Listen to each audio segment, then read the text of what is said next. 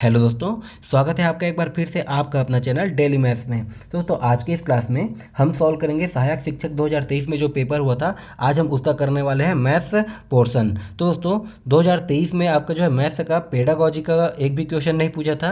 Maths में आपका पूरा 30 नंबर का न्यूमेरिकल क्वेश्चन ही पूछा गया था। तो आज हम उसी न्यूमेरिकल को स्टेप बाय स्टेप एक एक करके सॉल्व करेंगे, नए नए ट्रिक के माध्यम से, नए नए कंसेप्ट के माध्यम से।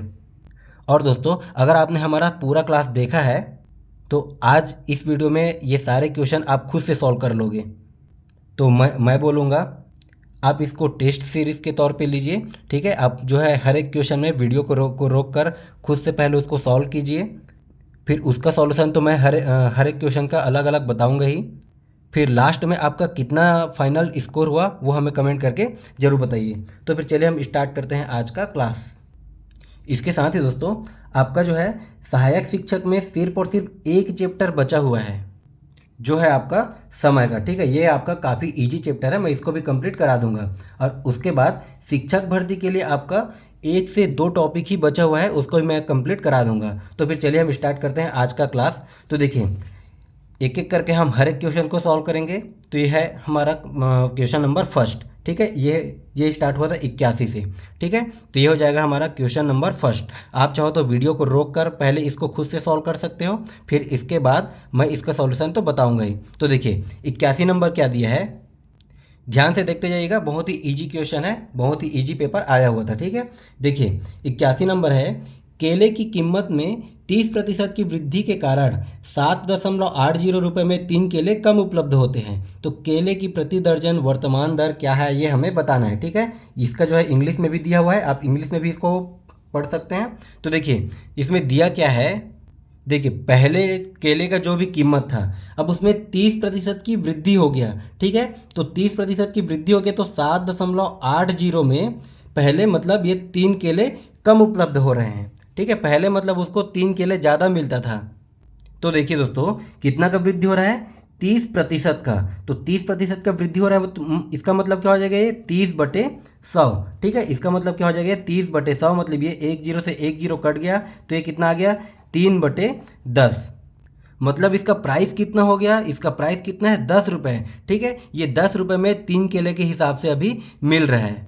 मतलब प्राइस बढ़ने के कारण खपत में हमें कमी करनी होगी। ठीक है, ये आपका थोड़ा मॉडरेट लेवल का क्वेश्चन था, तो इसको आप ध्यान से समझते जाइए। ठीक है, देखिए प्राइस बढ़ने के कारण हमें खपत में कमी करनी होगी। अब देखिए दोस्तों क्या बोल रहा है, 7.80 में। ठीक है, 7.80 में पहले कितने केले मिलते थे, तो यहाँ से देखिए 10 में ये कितना बढ़ा, ये आपका प्राइस है। ठीक है, ये आपका प्राइस है, 10 में कितना बढ़ा, 3 बढ़ा, तो ये कितना हो गया दोस्तों, 13 हो गया।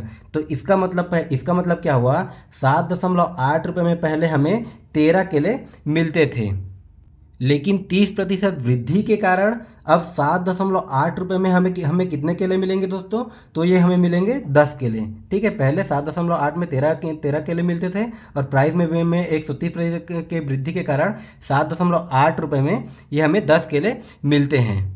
तो यहाँ से देखिए दोस्तों ये 13 से जो है 10 कितना कम है, 13 से 10 जो है 3 कम है। ठीक है, प्राइस को हम 3 कम कर रहे हैं, तो देखिए केला भी 3 कम हो रहा है। प्राइस को अगर हम 3 कम कर रहे हैं तो केला भी 3 कम हो रहा है, मतलब ये कितने का रेशियो आ गया, 1:1 और 1 का रेशियो आ गया। अब इसको देखिए हम यहाँ से समझते हैं।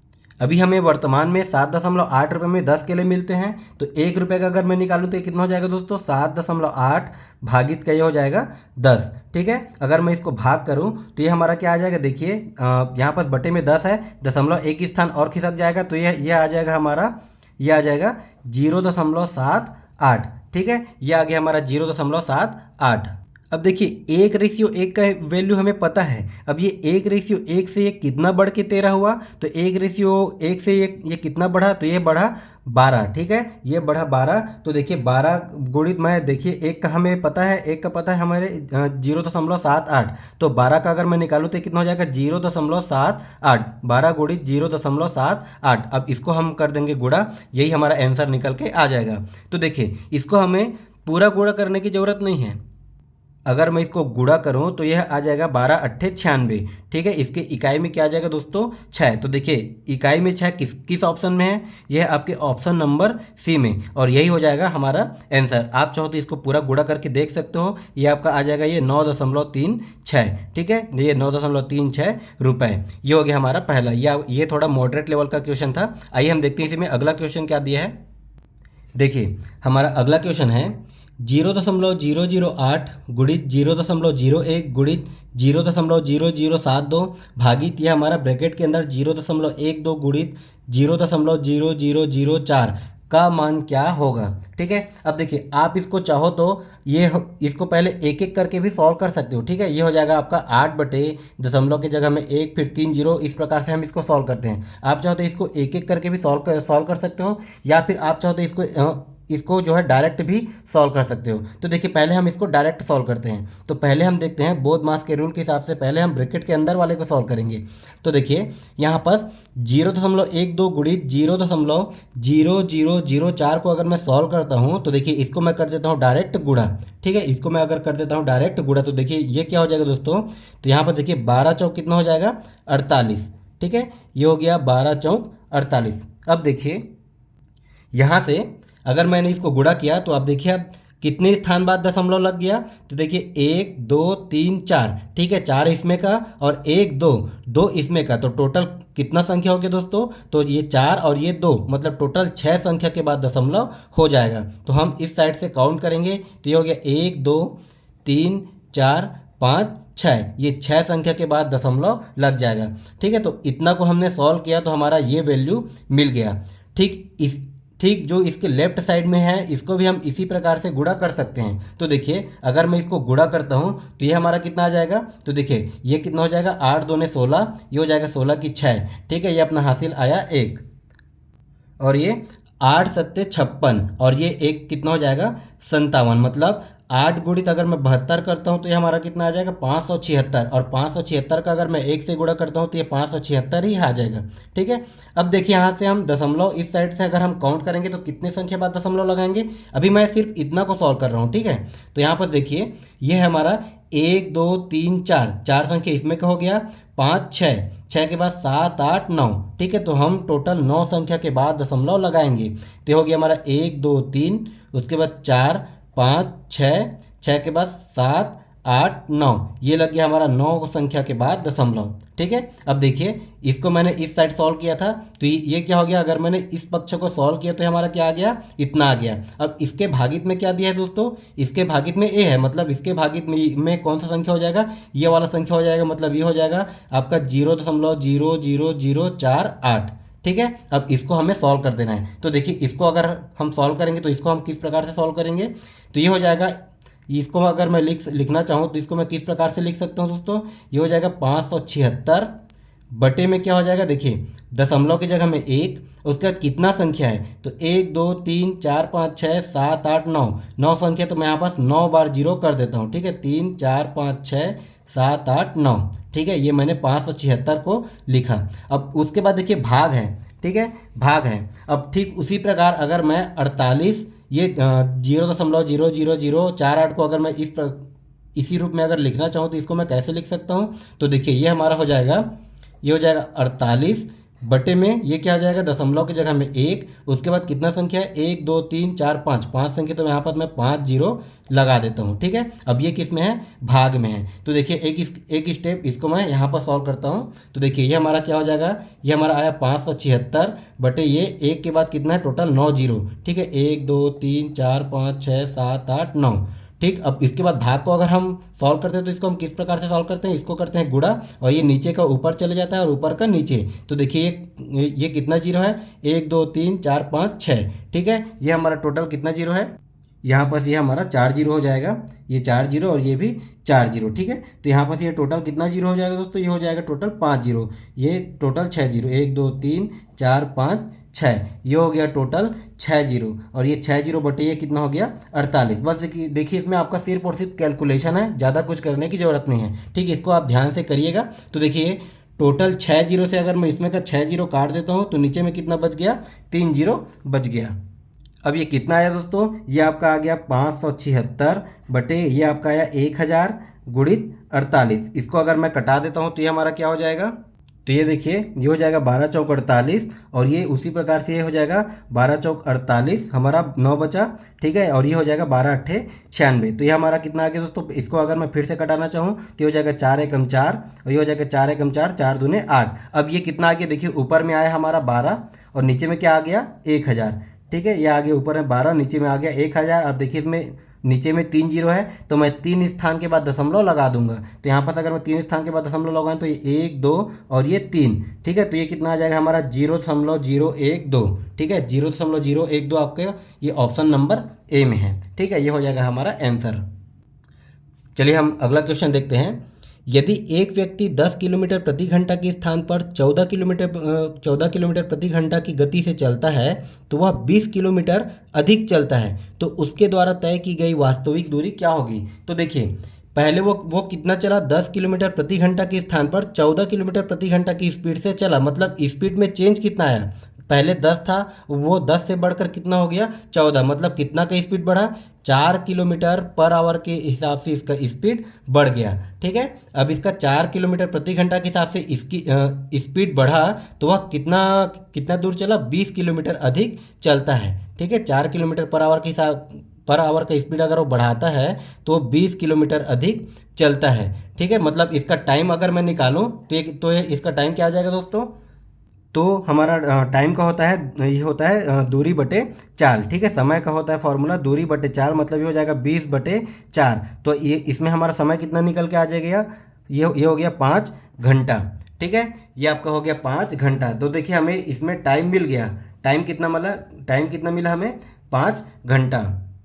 अब इसमें क्या बोल रहा है कि व्यक्ति जो है 10 किलोमीटर प्रति घंटा के स्थान पर, तो यही क्या हो जाएगा उसका वास्तविक चाल है, ठीक है। पहले वो इतना चलता था, अब उसके बाद इसने स्पीड को बढ़ा दिया, ठीक है। स्पीड बढ़ाने पर इतना फर्क आया तो उसका वास्तविक चाल क्या है, तो उसका वास्तविक चाल यही है 10 किलोमीटर प्रति घंटा, यही उसका क्या हो जाएगा वास्तविक चाल। और हमें क्या निकालना है दोस्तों, वास्तविक दूरी, ठीक है। वास्तविक दूरी निकालना है तो ये क्या हो जाता है, डिस्टेंस बराबर क्या होता है, फॉर्मूला अगर हम देखें तो ये होता है आपका स्पीड इनटू टाइम, ठीक है। तो देखिए वास्तविक चाल कितना दिया है 10 किलोमीटर प्रति घंटा और समय कितना हमने निकाला है 5 घंटा, ठीक है। तो ये कितना आ जाएगा 5×50 और ये किस में आ जाएगा किलोमीटर में। तो ये आपका किस ऑप्शन में आ रहा है, ऑप्शन नंबर ए। बिल्कुल ध्यान से देखते जाइएगा, हर एक क्वेश्चन ईजी है। देखिए हमारा अगला क्वेश्चन है, वह सबसे छोटा भिन्न ज्ञात कीजिए जिसे 2/5 गुणित 15/21 गुणित 7/10 गुणित 3/8 में जोड़ने पर एक पूर्ण संख्या प्राप्त होता है, ठीक है। अब हमें क्या करना है, हमें वह सबसे छोटा भिन्न ज्ञात करना है जो इतना में जोड़ने पर हमें एक पूर्ण संख्या मिलता है। तो देखिए इसको अगर एक बार मैं लिख लेता हूँ, ये हमें क्या दिया है 2/5 गुणित ये हो जाएगा 15/21 गुणित ये दिया 7/10 गुणित ये दिया है आपका 3/8। तो पहले इसको मैं सॉल्व कर लेता हूँ, ठीक है। इसको मैं इजी एक बार कर लेता हूँ। तो देखिए यहाँ पर ये क्या हो जाएगा, ये हो जाएगा 5 एकम 5, 5 तिया 15, ठीक है। और यहाँ पर देखिए 3 सत्ते 21, ठीक है, 3 सत्ते 21। और ये क्या होगा, इसको हम सिर्फ एक एक करके कटा रहे हैं, तो ये 2 एकम 2 और ये हो जाएगा 2 चौक 8। अब ऊपर में कितना बचा दोस्तों, ऊपर में बचा 3 और नीचे में कितना बचा, ये हो गया 10 गुणित 4, तो ये आ गया आपका 10 चौक 40, ये आ गया आपका 3/40।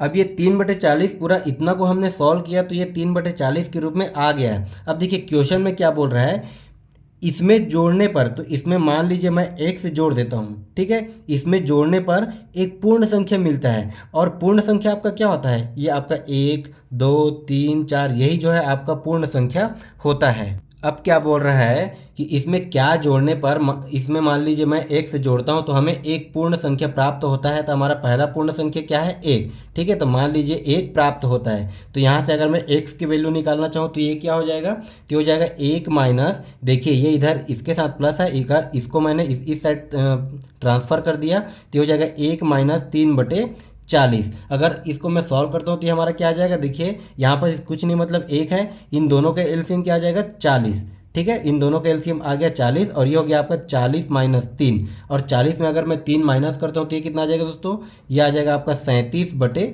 40। तो वह संख्या हमें क्या मिल गया, ये मिल गया 37/40, ऑप्शन नंबर सी। देखिए, जिस भी क्वेश्चन में आपका ट्रिक यूज होगा उसमें मैं आपको ट्रिक बताऊंगा, जिसमें कंसेप्ट रहेगा उसमें मैं आपको कंसेप्ट बताऊंगा, और जिस भी क्वेश्चन में कैलकुलेशन रहेगा उसमें कैलकुलेशन के हिसाब से बताऊंगा। ठीक है, तो आप एक एक क्वेश्चन को बनाते जाइएगा अपने हिसाब से। और अगर अगर आपसे क्वेश्चन नहीं बन रहा तो फिर मैं इसका सॉल्यूशन बता ही रहा हूँ। अब देखिए हमारा अगला क्वेश्चन क्या दिया है। देखिए ये दिया है, यदि x ((2), x((4), x((6) तथा x((8) का औसत 11 है तो अंतिम तीन प्रेक्षणों का औसत क्या होगा, ये हमें निकालना है। ठीक है, हमें देखिए प्रेक्षण दिया गया है x, x((2), x((4), x((6) और x((8) और इसका औसत भी दिया है 11। तो मान लीजिए मैं इसको एक बार यहाँ पर लिख लेता हूँ। ये हमें दिया x, x((2) और ये x((4), ये x((6) और उसके बाद क्या दिया दोस्तों, x(8). ठीक है, और इसका औसत तो मैंने आपको औसत वाले चैप्टर में बताया था। औसत क्या होता है, औसत जो है बीच का वैल्यू होता है। ठीक है, मध्यमान होता है, यही हो जाता है औसत। और ये इन सभी का औसत क्या दिया हमें, 11। ठीक है, ये हमें दिया गया है। अब देखिए जो संख्या दिया है ये जो है दो दो के गैप में है। ठीक है, तो मैं औसत जो निकला है उसे ही मैं दो दो का गैप करके अगर संख्या लिखना चाहूँ तो ये 11 के बाद क्या आ जाएगा, ये 11 के बाद आ जाएगा 13, 13 के बाद आ जाएगा ये 15। ठीक है, ठीक उसी प्रकार इसके पीछे क्या आ जाएगा, देखिए तो 11 से पहले आ जाएगा आपका 9 और इससे पहले आ जाएगा आपका 7। ठीक है, तो ये हमें देखिए एक संख्या के रूप में मिल गया, ये हमें कुल संख्या मिल गया। अब क्या बोल रहा है कि अंतिम तीन प्रेक्षणों का औसत क्या होगा। अब देखिए इस संख्या में अंतिम तीन प्रेक्षण कौन हो गया, आपका 11, 13 और 15, और इसका औसत क्या होगा दोस्तों, तो इन तीनों में बीच का वैल्यू कौन है, 13। ठीक है, इन तीनों में बीच का वैल्यू कौन है, 13, तो यही हो जाएगा हमारा आंसर 13। ठीक है, इसमें किसी को भी जोड़ने की जरूरत नहीं है। अब मैंने आपको औसत वाले चैप्टर में इसको अच्छे से क्लियर करा दिया था। अब आइए हम देखते हैं अगला क्वेश्चन क्या दिया है। देखिए, एक कक्षा के छात्रों की औसत आयु 15.8 वर्ष है। कक्षा में लड़कों की औसत आयु 16.4 वर्ष है और लड़कियों की औसत आयु 15.4 वर्ष है। कक्षा में लड़कों की संख्या का लड़कियों की संख्या से अनुपात ज्ञात कीजिए। ठीक है, तो इस वाले क्वेश्चन का भी ट्रिक मैंने आपको बताया था। तो देखिए इसको हम कैसे सॉल्व करेंगे, इसका ट्रिक क्या होता है। ठीक है, कक्षा में कुल लड़के हैं और बॉयज़ है और गर्ल्स है। ठीक है, इसको मैं बी और जी के रूप में ले लिया। अब देखिए कितने लड़के हैं। ठीक है, लड़कों का औसत कितना दिया है दोस्तों, तो यहाँ पर देखिए टोटल बॉयज़ का औसत कितना दिया है यहाँ पर 16.4। ठीक है, 16.4 और गर्ल्स का औसत कितना दिया है, देखिए तो ये दिया है आपका 15.4। और देखिए उसके बाद कुल औसत, कुल छात्रों का औसत कितना दिया है हमें, 15.8। ठीक है, ये हमें कुल का औसत दिया गया है। अब देखिए अगर मैं इसमें अगर डिफरेंस निकाल लूँ, ठीक है, इन दोनों का डिफरेंस और इन दोनों का अगर डिफरेंस मैं निकाल लूँ, 16.4 में से मैं 15.8 को अगर घटाता हूँ तो ये हमारा कितना आ जाएगा, ये आपका आ जाएगा 0.6। ठीक है, ठीक उसी प्रकार 15.8 में से अगर मैं 15.4 को घटाता हूँ तो ये हमारा क्या आ जाएगा, देखिए 8 में से 4 गया तो ये आपका आ जाएगा 0.4। ठीक है, अब इसमें देखिए मैंने 16.4 से 15.8 को घटाया। अब उसके बाद जो है 15.8 से 15.4 को क्यों घटाया, क्योंकि हमें हमेशा ऐसे कंसेप्ट में बड़े वाले वैल्यू से छोटा वाले वैल्यू को घटाना होता है। ठीक है, अब देखिए ये तो हमारा माइनस में आ नहीं सकता, तो इसीलिए बड़ा वाला वैल्यू से हमें छोटा वाला वैल्यू को घटाना होता है। अब देखिए हमारा क्या क्या आ गया, एक का आ गया 0.4 और एक का आ गया 0.6।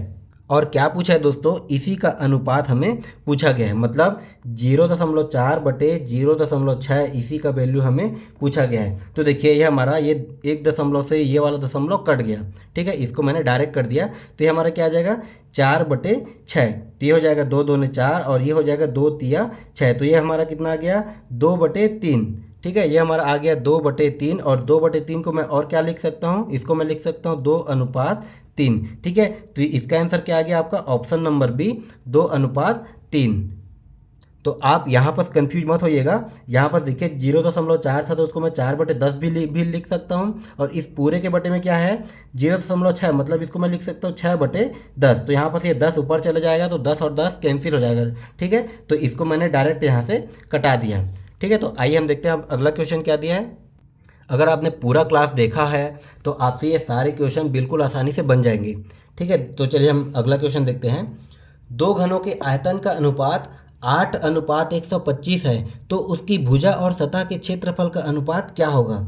ठीक है, अब इसमें देखिए क्या दिया है, दो घन के आयतन का अनुपात। अब देखिए घन का आयतन क्या होता है दोस्तों, घन का आयतन होता है, ये होता है हमारा ए क्यूब। अगर भुजा ए दिया हो तो घन का आयतन हो जाता है ए क्यूब। और घन का एरिया क्या होता है, ठीक है, अगर हमें भुजा दिया हो तो घन का एरिया क्या हो जाएगा, ये होगा 6a²।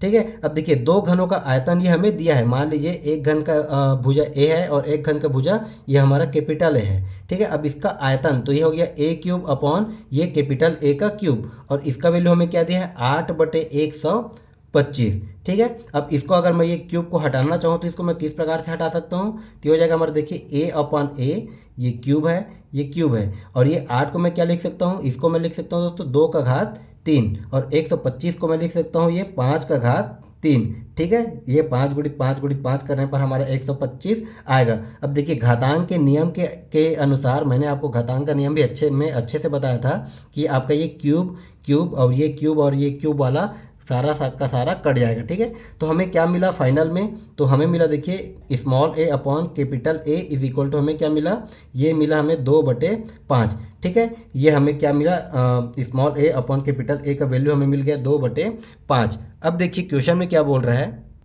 क्वेश्चन में क्या बोल रहा है कि उसकी भुजा, ठीक है, और सतह के क्षेत्रफल का अनुपात ज्ञात कीजिए। अब देखिए इसमें घन तो हमारा 2 है, हमारे पास जो है घन 2 है, और बोल रहा है कि उसकी भुजा, अब दोनों घन में से किसकी भुजा और किसके सतह का क्षेत्रफल, ये क्वेश्चन में डिफाइन नहीं किया है। ठीक है, इसीलिए इस क्वेश्चन को व्यापन ने विलोपित किया था, इसीलिए इस क्वेश्चन को व्यापन ने विलोपित किया था। तो ये इसका जो है टोटल नंबर से 1 नंबर काट दिया गया था। मतलब विलोपित का मतलब वही होता है कि जो टोटल नंबर, मान लीजिए आपका 100 नंबर का पेपर हो रहा है और एक क्वेश्चन जो है विलोपित हो रहा है, तो वो क्वेश्चन 100 में चेक नहीं होगा, वो क्वेश्चन जो है आपका 99 में चेक होगा, और ये सभी के लिए होता है। ठीक है, तो आइए हम देखते हैं अगला क्वेश्चन क्या दिया है। देखिए हमारा अगला क्वेश्चन है, यदि एक वर्ग की सभी भुजाओं में 25% की वृद्धि कर दी जाए तो उसके क्षेत्रफल में कितने प्रतिशत की वृद्धि होगी, ये हमें निकालना है। ठीक है, अब देखिए ये हमारा होता है एक वर्ग, अब इसका कोई भुजा है, इसका कोई भुजा है ए। ठीक है, तो वर्ग के सभी भुजा क्या होते हैं, बराबर होते हैं, मतलब ये भी ए होगा, ये भी ए होगा और ये भी होगा। ठीक है, अब क्या बोल रहा है कि एक वर्ग की सभी भुजाओं में, अब इसके सभी भुजाओं में अगर मैं 25% की वृद्धि कर देता हूँ तो कुछ नया वर्ग बनेगा, वो इससे कुछ बड़ा बनेगा, क्योंकि सभी भुजा में 25% की वृद्धि हो गया है। ठीक है, अब देखिए प्रतिशत में वृद्धि, ये मैंने आपको बताया था, प्रतिशत में अगर वृद्धि पूछे तो इसका फॉर्मूला क्या हो जाता है दोस्तों, तो इसका फॉर्मूला होता है a+b+ab/100। ठीक है, ये होता है आपका प्रतिशत में वृद्धि। अब यहाँ पर देखिए ए का वैल्यू मैं रख देता हूँ, कितना दिया है, ए का वैल्यू दिया है हमें 25। ठीक है, 25% का वृद्धि हो रहा है, और बी का वैल्यू क्या हो जाएगा, ये भी हो जाएगा आपका 25। ठीक है, देखिए तो यहाँ पर क्या बोल रहा है ए और बी, तो यहाँ पर देखिए वर्ग की सभी भुजाएं आपका समान होता है, मतलब ए बराबर बी हो जाएगा। ठीक है, इसका ये होता है एक भुजा, ये होता है दूसरा भुजा, मतलब दोनों भुजा समान है तो इसको मैं समान लूँगा। अब देखिए इसको मैंने फॉर्मूला में रख दिया, तो ये हो जाएगा आपका 25 × 25 और ये हो जाएगा बटे में 100। ठीक है, इसको अब मैं इस साइड बनाता हूँ, तो ये देखिए क्या हो जाएगा, 25 और 25 हो गया आपका 50 धन। अब उसके बाद देखिए ये कटा 25 से कम 25 और ये कटा 25 चौक 100, तो अब ये कितना आया, ये ऊपर में क्या बचा 25 और नीचे में क्या बचा दोस्तों 4। ठीक है, अब इसको हमें सॉल्व कर देना है, तो देखिए ये आपका भिन्न का जोड़ घटा गुणा भाग के रूप में आ गया। अब इसका एलसीएम अगर मैं लेता हूँ तो कितना आ जाएगा, इसका एलसीएम ये आ गया आपका 4। अब ये होता है 4 50 से गुणा, तो हो जाएगा 50 चौक 200। ठीक है, 50 चौक 200 और ये धन में क्या बचा 25। ठीक है, तो इसको अगर मैं जोड़ दूंगा तो ये कितना आ जाएगा 225 और ये बटे में क्या बचा 4। अब देखिए अगर मैं 225 में 4 को भाग देता हूँ तो ये कितना आ जाएगा दोस्तों, तो ये हमारा आ जाएगा देखिए 4 × 5 = 20, कितना बचा 2, उसके बाद 5 नीचे आया, फिर ये हमारा 4 × 6 = 24। ठीक है, तो अब ये कितना बचा 1, दशमलव लगा दिया 0। ठीक है, तो ये हो जाएगा 4 दूने 8। अब देखिए हमारा 56.2 किस में आ रहा है, हमारा ये आ रहा है ऑप्शन नंबर ए पे, तो हमें आगे बनाने की ज़रूरत नहीं है, यही हमारा हो जाएगा आंसर। ठीक है, अब आइए देखते हैं हम अगला क्वेश्चन क्या दिया है। देखिए हमारा अगला क्वेश्चन दिया है, यदि 3 पुरुष या 5 महिलाएं एक कार्य को 43 दिनों में पूरा कर सकते हैं तो 5 पुरुष और 6 महिलाएं उसे कितने दिनों में पूरा करेंगे। ठीक है, तो ये पुरुष और ये महिला, ये कार्य समय में मैंने ये वाला कंसेप्ट भी आपको अच्छे से बताया था। तो देखिए इसका ट्रिक क्या होता है, तो देखिए इसमें क्या बोल रहा है कि 3 पुरुष या 5 महिलाएं एक कार्य को 43 दिन में कर रहे हैं, या तो 3 पुरुष, ठीक है, ये हमारा हो जाएगा 3 मैन, और ये क्या हो जाएगा बराबर 5 वोमेन। ठीक है, क्योंकि दोनों का कैपेसिटी सेम है। ठीक है, दोनों जो है एक कार्य को 43 दिन में कर रहे हैं, दोनों का कैपेसिटी सेम है, इसीलिए इसको मैंने ले लिया बराबर में। अब यहाँ पर देखिए मैं अगर एम अपॉन डब्लू करूँ तो ये हमारा किस रूप में आ जाएगा, तो एम ये डब्लू हमारा इस लेफ्ट साइड में आ गया। अब ये इस साइड कितना बचा 5, अब 3 को मैंने इधर भेज दिया तो ये हो गया 5/3, मतलब एम अपॉन डब्लू बराबर हमारा क्या आ गया दोस्तों 5/3। अब देखिए इसका ट्रिक क्या होता है, मैं चाहे तो 3m मतलब 3 मेन को लेके बना सकता हूँ या फिर 5 ओमेन को लेके बना सकता हूँ। ठीक है, तो यहाँ पर मैं अगर 3m को लेके बनाता हूँ तो ये हमारा देखिए क्या हो जाएगा 3m, इसका ट्रिक देखिए इनटू, अब देखिए टोटल कार्य कितना हो रहा है, टोटल कार्य हो रहा है ये हमारा हो रहा है 43 का। अब अपॉन में क्या होता है, जो हमें पूछा गया है, हमें क्या पूछा है देखिए 5 पुरुष। ठीक है, 5 पुरुष मतलब ये क्या हो जाएगा 5 मैन प्लस और का मतलब क्या होता है प्लस 6 महिलाएं। ठीक है, मतलब 6 महिलाएं, मतलब ये हो जाएगा 6 वुमेन। ठीक है, ये हमारा हो जाता है फॉर्मूला। इसी फॉर्मूला पे हमें रख देना है। ठीक है, हम चाहे तो 3 पुरुष को लेकर बना सकते हैं या फिर हम चाहे तो 5 महिला को लेकर बना सकते हैं। और नीचे में क्या रहेगा, हमेशा नीचे में जो पूछा रहेगा उसी को हम नीचे में लेंगे। अब यहाँ पर देखिए हम वैल्यू को रख देते हैं, तो यहाँ पर देखिए 3m, एम का वैल्यू क्या है 5। ठीक है, तो मैं यहाँ पर रख देता हूँ, ये हो जाएगा 3 गुणित 5, और उसके बाद गुणित में क्या है 43, और बटे में क्या हो जाएगा दोस्तों, ये हो जाएगा 5 गुणित, अब देखिए एम का वैल्यू क्या दिया है 5, धन ये क्या दिया है 6 गुणित वुमेन का वैल्यू कितना दिया है 3। अब इसको अगर मैं सॉल्व कर देता हूँ तो ये हमारा देखिए कितना आ जाएगा। देखिए हर क्वेश्चन में इसको बार बार गुणा करने की ज़रूरत नहीं है। ठीक है, हमें क्या होता है ज़्यादा से ज़्यादा टाइम हमें बचाना होता है। तो देखिए इसको मैं एज इट इज़ अगर लिख देता हूँ 3 गुणित 5 गुणित 43। अब यहाँ पर देखिए 5 पंचे क्या हो रहा है 25। ठीक है, 5 पंचे 25, धन ये हमारा 6 तिया कितना हो जाएगा दोस्तों, ये हो जाएगा 6 तिया 18। अब देखिए 25 और 18 को अगर मैं जोड़ता हूँ तो ये कितना आ जाएगा आपका 43 आ जाएगा। ठीक है, अब यहाँ से देखिए 43 से 43 कैंसिल हो गया, अब कितना बचा 3 पंचे 15, और ये हो जाएगा हमारा आंसर। मतलब 5 पुरुष और 6 महिलाओं को उस कार्य को करने में 15 दिन लगेंगे। ये हो गया आपका ऑप्शन नंबर सी। अब आइए हम देखते हैं अगला क्वेश्चन हमारा क्या दिया है। तो देखिए हमारा अगला क्वेश्चन है, एक समूह में कुछ गाय और कौवे हैं, ठीक है, तथा पैरों की संख्या सिरों की संख्या से के 2 गुने से 14 अधिक है। तो देखिए ऐसे क्वेश्चन को हम कैसे बनाएंगे, देखिए क्या दिया है, समूह में कुछ गाय हैं और कुछ कौवे हैं। ठीक है, गाय को अगर मैं मान लेता हूँ x, और कौवे को मैं अगर मान लेता हूँ y, तो इनके सिर जो है, गाय का भी एक ही सिर होगा और कौवे का भी एक ही सिर होगा। ठीक है, तो यहाँ पर देखिए अगर मैं सिर पे लेता हूँ तो ये हमारा किस प्रकार से इक्वेशन बन जाएगा, तो यहाँ पर देखिए x प्लस वाई, क्योंकि दोनों का एक एक सिर होता है। ठीक है, दोनों का एक एक सिर होता है यहाँ पर, तो ये हमारा क्या हो जाएगा, अगर मैं सिरों की संख्या लूँ तो x प्लस वाई। अब उसके बाद क्या होता है दोस्तों, यहाँ पर देखिए गाय की संख्या, तो गाय के अब उसके पैरों की संख्या को हम देख रहे हैं। ठीक है, तो गाय के कितने पैर होते हैं, 4 पैर होते हैं, तो यहाँ पर क्या हो जाएगा 4x। ठीक है, उसके बाद प्लस कौवे के कितने पैर हो जाएंगे, इसके 2 पैर हो जाएंगे, तो ये हो जाएगा 2y। ठीक है, एक हमारा ये वाला इक्वेशन हो गया, एक हमारा ये वाला इक्वेशन हो गया। अब देखिए क्वेश्चन के हिसाब से हमें क्या बोल रहा है कि कुछ गाय और कौवे हैं तथा पैरों की संख्या सिरों की संख्या के 2 गुने से। ठीक है, पैरों की संख्या सिरों की संख्या से के 2 गुने से। तो देखिए इन दोनों के पैरों की संख्या क्या क्या मिला हमें, ये हो गया 4x धन 2y, ये मिल गया दोनों के पैरों की संख्या। अब इसके सिर की संख्या क्या क्या है, तो इसके सिरों की संख्या क्या मिला हमें, x धन y। ठीक है, ये हो गया इसके पैरों की संख्या और ये हो गया इसके सिरों की संख्या। अब क्वेश्चन के अकॉर्डिंग बोल रहा है कि इसके पैरों की संख्या इसकी सिरों की संख्या के 2 गुने से कितना है 14 अधिक है। ठीक है, जैसा क्वेश्चन ने बोल रहा है वैसे हमें करना है। ठीक है, इसके पैरों की संख्या इसके सिरों की संख्या के 2 गुने से 14 अधिक है, तो ये हो गया इसके बराबर। अब यहाँ से हम क्या करेंगे, इक्वेशन को कर देते हैं सॉल्व। तो देखिए ये क्या हो गया, ये हो गया आपका 4x धन 2y। अब यहाँ पर से हो गया 2 को मैं अंदर में गुणा करता हूँ तो ये हो जाएगा आपका 2x धन 2y बराबर धन ये कितना हो गया आपका 14। ठीक है, अब यहाँ पर देखिए ये 2y से 2y कैंसिल हो जाएगा। अब इस 2x को अगर मैं इस साइड ट्रांसफ़र करता हूँ तो ये क्या हो जाएगा, ये हो जाएगा हमारा 4x माइनस 2y। अब इधर कितना बचा दोस्तों, इधर बचा हमारा 14। अब देखिए ये हमारा y नहीं होगा, ये हमारा x होगा क्योंकि ये 2y से 2y कैंसिल हो गया। ठीक है, तो ये हो गया 4x माइनस 2x।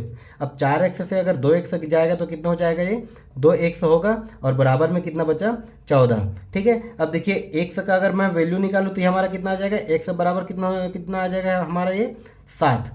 ठीक है, x का वैल्यू हमारा आ गया 7 और यही हमें पूछा है। देखिए क्या बोला है, गायों की संख्या, गाय की संख्या हमने क्या लिया था x और x का मान हमें मिल गया है 7, यही हो जाएगा हमारा आंसर।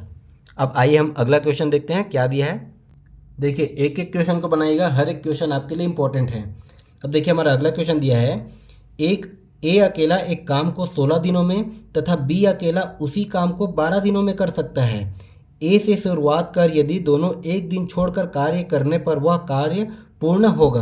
अब देखिए क्या बोला है, ऐसे क्वेश्चन को हम कैसे करते हैं, पहले देखिए ए जो है किसी काम को 16 दिन में कर रहा है, ठीक है, और बी जो है उसी काम को 12 दिन में कर रहा है। तो इन दोनों का हम निकाल लेते हैं टोटल कैपेसिटी। ठीक है, और टोटल कैपेसिटी मतलब इन दोनों का एलसीएम। तो इन दोनों का एलसीएम निकालता हूँ तो ये हमारा आ जाएगा, ये आ जाएगा 48। अब देखिए हम दोनों का एक एक दिन का कैपेसिटी निकाल लेते हैं। ठीक है, दोनों का एक एक दिन का कैपेसिटी निकालेंगे तो ये क्या हो जाएगा, पहले अगर मैं ए का एक दिन का कैपेसिटी देखूं तो टोटल कैपेसिटी से इसका जो काम है उसको मैं भाग कर दूंगा। ठीक है, तो ये 48 भागे 16 करने पर ही हमारा क्या आ जाएगा, तो ये हो जाएगा 16 तिया 48। तो ए का एक दिन का कैपेसिटी हो गया 3। ठीक उसी प्रकार हम बी का भी निकालेंगे तो ये 48 भागित 12, तो ये हो जाएगा आपका 12 चौक 48। तो बी का एक दिन का कैपेसिटी आ गया 4। अब देखिए दोस्तों इसमें बोल क्या रहा है कि ये दोनों जो है काम को एक साथ नहीं कर रहे हैं बल्कि अल्टरनेट कर, इसको जो है काम को जो है ये दोनों अल्टरनेट कर रहे हैं। देखिए यहाँ पर दिया है ए से शुरुआत कर यदि दोनों एक दिन छोड़कर कार्य करें, मतलब एक दिन ए काम करेगा फिर एक दिन बी काम करेगा। ठीक है, अब देखिए ए का कैपेसिटी हमने निकाला है 3, ए का कैपेसिटी हमने निकाला है 3 और बी का कैपेसिटी हमने निकाला है 4। ठीक है, अब देखिए ये जो अल्टरनेट काम कर रहे हैं दोनों जो है एक राउंड में काम कर रहे हैं और एक राउंड जो है कितने दिन में हो रहा है, टोटल 2 दिन में हो रहा है। एक दिन ए कर रहा है और दूसरे दिन बी कर रहा है, तो टोटल 2 दिन में एक राउंड काम हो रहा है। ठीक है, टोटल 2 दिन में एक राउंड काम हो रहा है और कितना काम हो रहा है, तो ये 3 और ये 4 कितना हो गया, 7 काम हो रहा है। मतलब 2 दिन में एक राउंड काम और ये 7 काम हो रहा है। अब देखिए टोटल काम हमारे पास कितना है, 48 काम है। अगर इसको मैं 7 से भाग कर देता हूँ तो ये हमारा कितना आ जाएगा दोस्तों, तो ये हो जाएगा 6 सत्ते 42। यह आ गया आपका 6 सत्ते 42। अब देखिए कितना राउंड काम हुआ, टोटल 6 राउंड काम हुआ। ठीक है, अब देखिए एक राउंड में कितना दिन हो रहा है हमारा, 2 दिन हो रहा है। तो यहाँ पर 6 राउंड काम हो रहा है तो ये कितना दिन हो जाएगा, 6 गुणित 2 कर दूंगा तो ये हो जाएगा टोटल 12 दिन काम हो गया। ठीक है, एक एक पॉइंट को आप समझते जाइएगा, एक एक पॉइंट इंपॉर्टेंट है। अब देखिए टोटल 12 दिन काम हो गया। अब टोटल 12 दिन में कितना काम हुआ दोस्तों, टोटल 12 दिन में 42 काम ही हमारा कंप्लीट हुआ है। ठीक है, अब यहाँ पर देखिए हमारे पास कितना काम बचा, अभी टोटल काम 48 है और हमारा 42 काम कंप्लीट हुआ है, तो अभी हमारा 6 काम जो है बच गया है।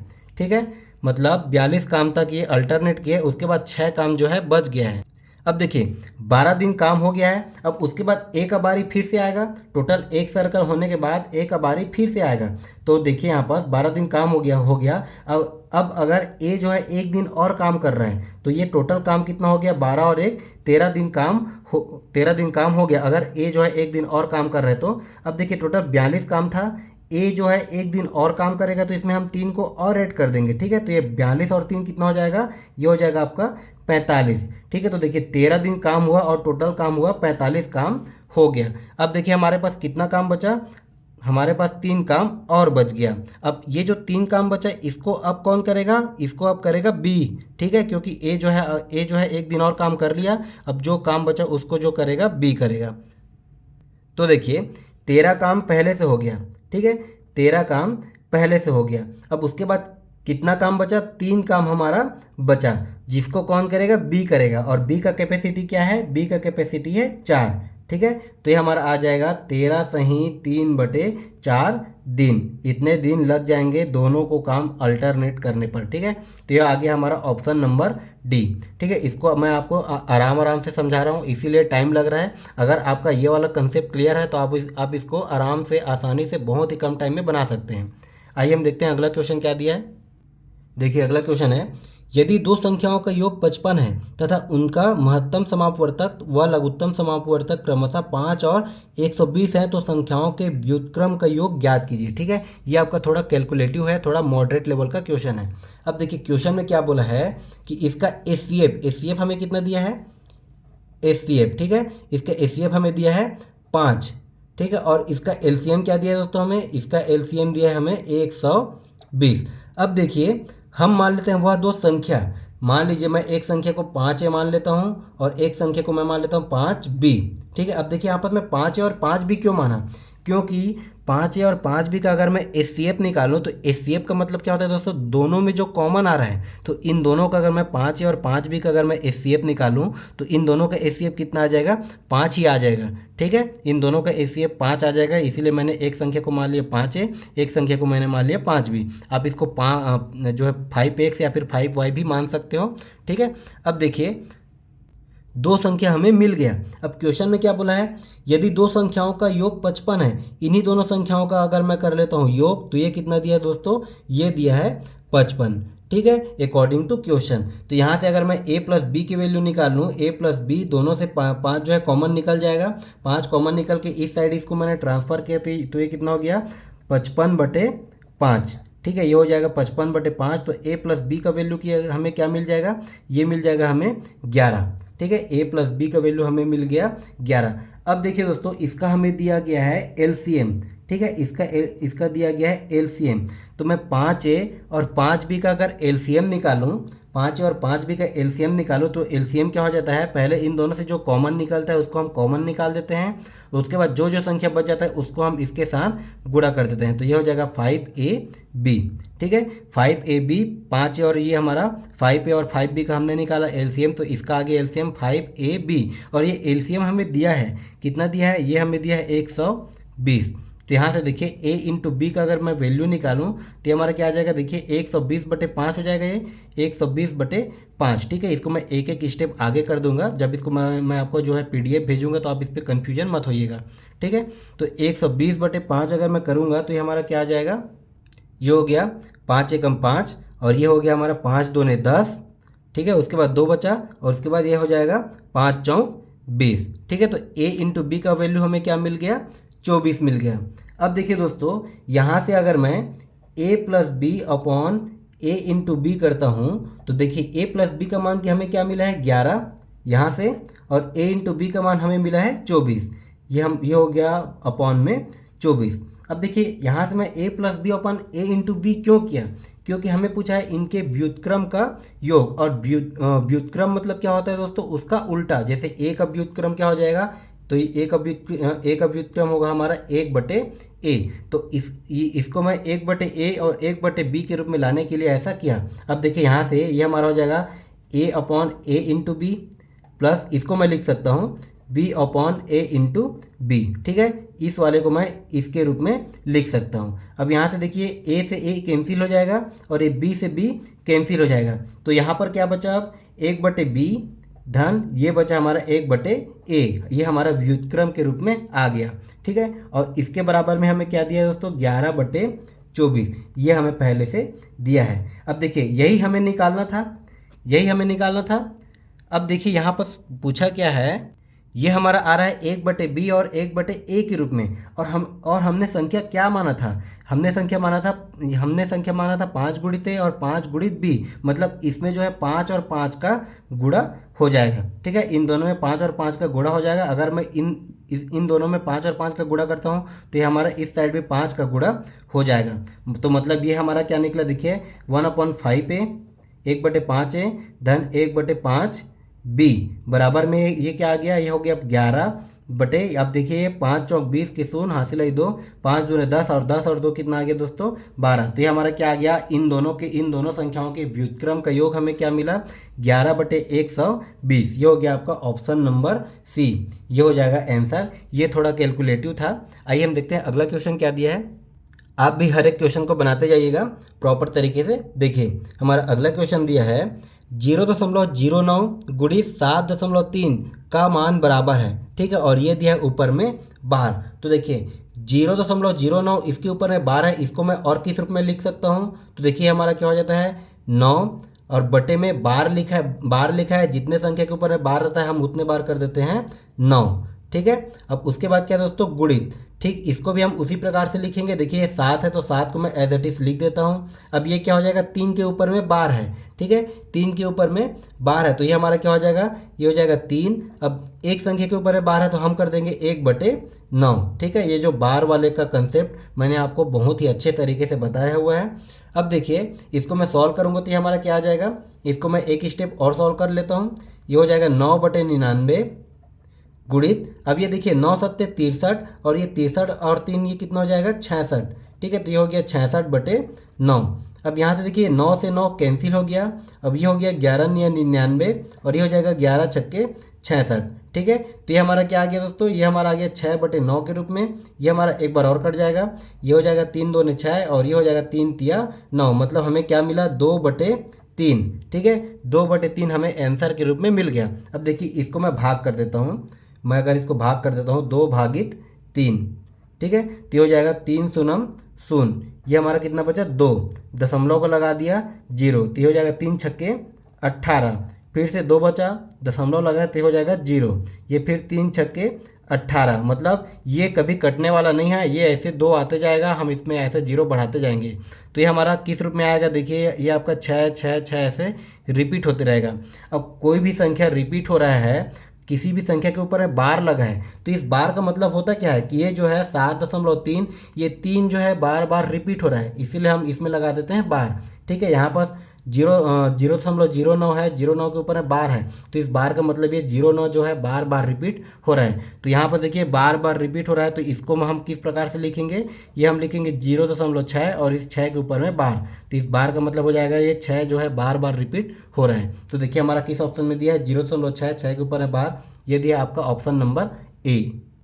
अब देखिए हमारा अगला क्वेश्चन क्या है, 4% और 6% के लाभ पर एक वस्तु के विक्रय मूल्य के बीच अंतर 3 रुपये है, तो विक्रय मूल्य का अनुपात क्या होगा, ठीक है, उनके विक्रय मूल्य का अनुपात क्या होगा। तो कभी भी ऐसा क्वेश्चन को बनाएंगे तो देखिए क्या बोल रहा है कि 4% और 6% के लाभ पर, तो किस चीज़ से उनको 4% और ये 6% का लाभ हो रहा है, ठीक है। तो हम जो है कोई भी संख्या अपने आप में 100% होता है, हम हमेशा 100 मानकर ही ऐसे क्वेश्चन को सॉल्व करेंगे। अब देखिए हमने जो है इसको 100 माना। अब इसमें क्या हो रहा है दोस्तों 4% के इसको लाभ हो रहा है, ठीक है, जो है 4 और 6% का लाभ हो रहा है। तो 100 में अगर मैं 4% का लाभ करूंगा तो ये कितना हो जाएगा, ये हो जाएगा 104, और 100 में अगर मैं 6% का लाभ करूंगा तो ये हो जाएगा आपका 106, ठीक है। अब यहाँ पर देखिए इनके बीच का अंतर 3 रुपये दिया है, तो इस 3 रुपये का कोई लेना देना नहीं है इस क्वेश्चन से, ये हमें सिर्फ और सिर्फ घुमाने के लिए दिया है, ठीक है। अब क्या बोला है, इसको आप क्वेश्चन से ही समझिएगा कि एक वस्तु को हमने 100 रुपये में खरीदा, अब हमें 4% लाभ चाहिए, तो हमें कितने में बेचना पड़ेगा, उसको 104 में बेचना पड़ेगा, मतलब हमारा विक्रय मूल्य 104 रुपये हो जाएगा। ठीक उसी प्रकार अगर हमें 6% का लाभ चाहिए तो जो ये जो 100 रुपये की वस्तु है इसको हमें 106 रुपये में बेचना पड़ेगा, तभी हमें 6% का लाभ होगा। मतलब एक विक्रय मूल्य 104 हो गया, एक विक्रय मूल्य 106 हो गया, और बोल रहा है कि इसी विक्रय मूल्य का अनुपात हमें ज्ञात करना है, मतलब 104/106 का वैल्यू ज्ञात करना है। ये जो अंतर 3 रुपये दिया इसका कोई लेना देना नहीं है। अब यहाँ से देखिए अगर मैं इसको कटा देता हूँ तो ये क्या हो जाएगा, ये हो जाएगा 2 पंचे 10 और ये हो जाएगा 2 दूने 4।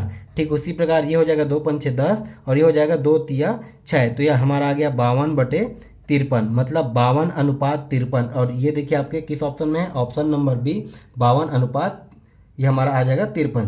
तो कभी भी ऐसा क्वेश्चन आया तो इसको हमें इसको बार बार गुणा भाग करने की ज़रूरत नहीं है, अपना भी दिमाग लगाना है। मैंने आपको ऐसे क्वेश्चन का सारा कंसेप्ट बता दिया है हर एक वीडियो में।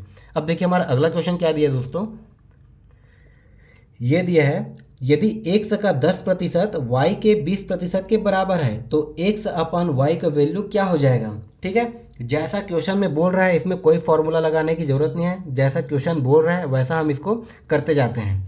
देखिए क्या बोल रहा है, x का 10%, तो ये हो जाएगा x गुणित 10 और प्रतिशत दिया है तो हम क्या करेंगे 10/100, ये हो गया x का 10%। और क्या बोला है y के 20%, तो y के 20% मतलब y गुणित 20/100। ठीक है, y गुणित 20/100। अब क्या बोल रहा है कि x का 10% ये हमने निकाल लिया, y के 20% ये हमने निकाल लिया, दोनों बराबर हैं। ठीक है, दोनों बराबर है, यही क्वेश्चन में बोल रहे हैं। तो हमें x अनुपात y मतलब ये x/y की वैल्यू निकालना है। तो देखिए ये y जो है इसको मैं इस साइड ट्रांसफर करता हूँ तो हो जाएगा ये x/y और ये बराबर में क्या हो जाएगा दोस्तों, इधर क्या बचा 20/100।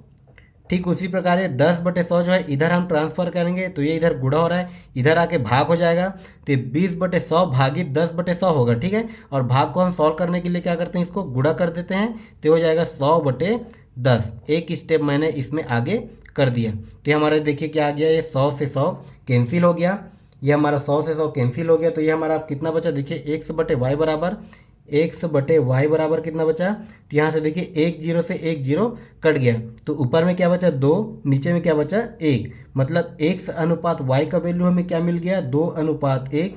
ये देखिए हमें दिया है ऑप्शन नंबर बी। अब आइए हम अगला क्वेश्चन देखते हैं।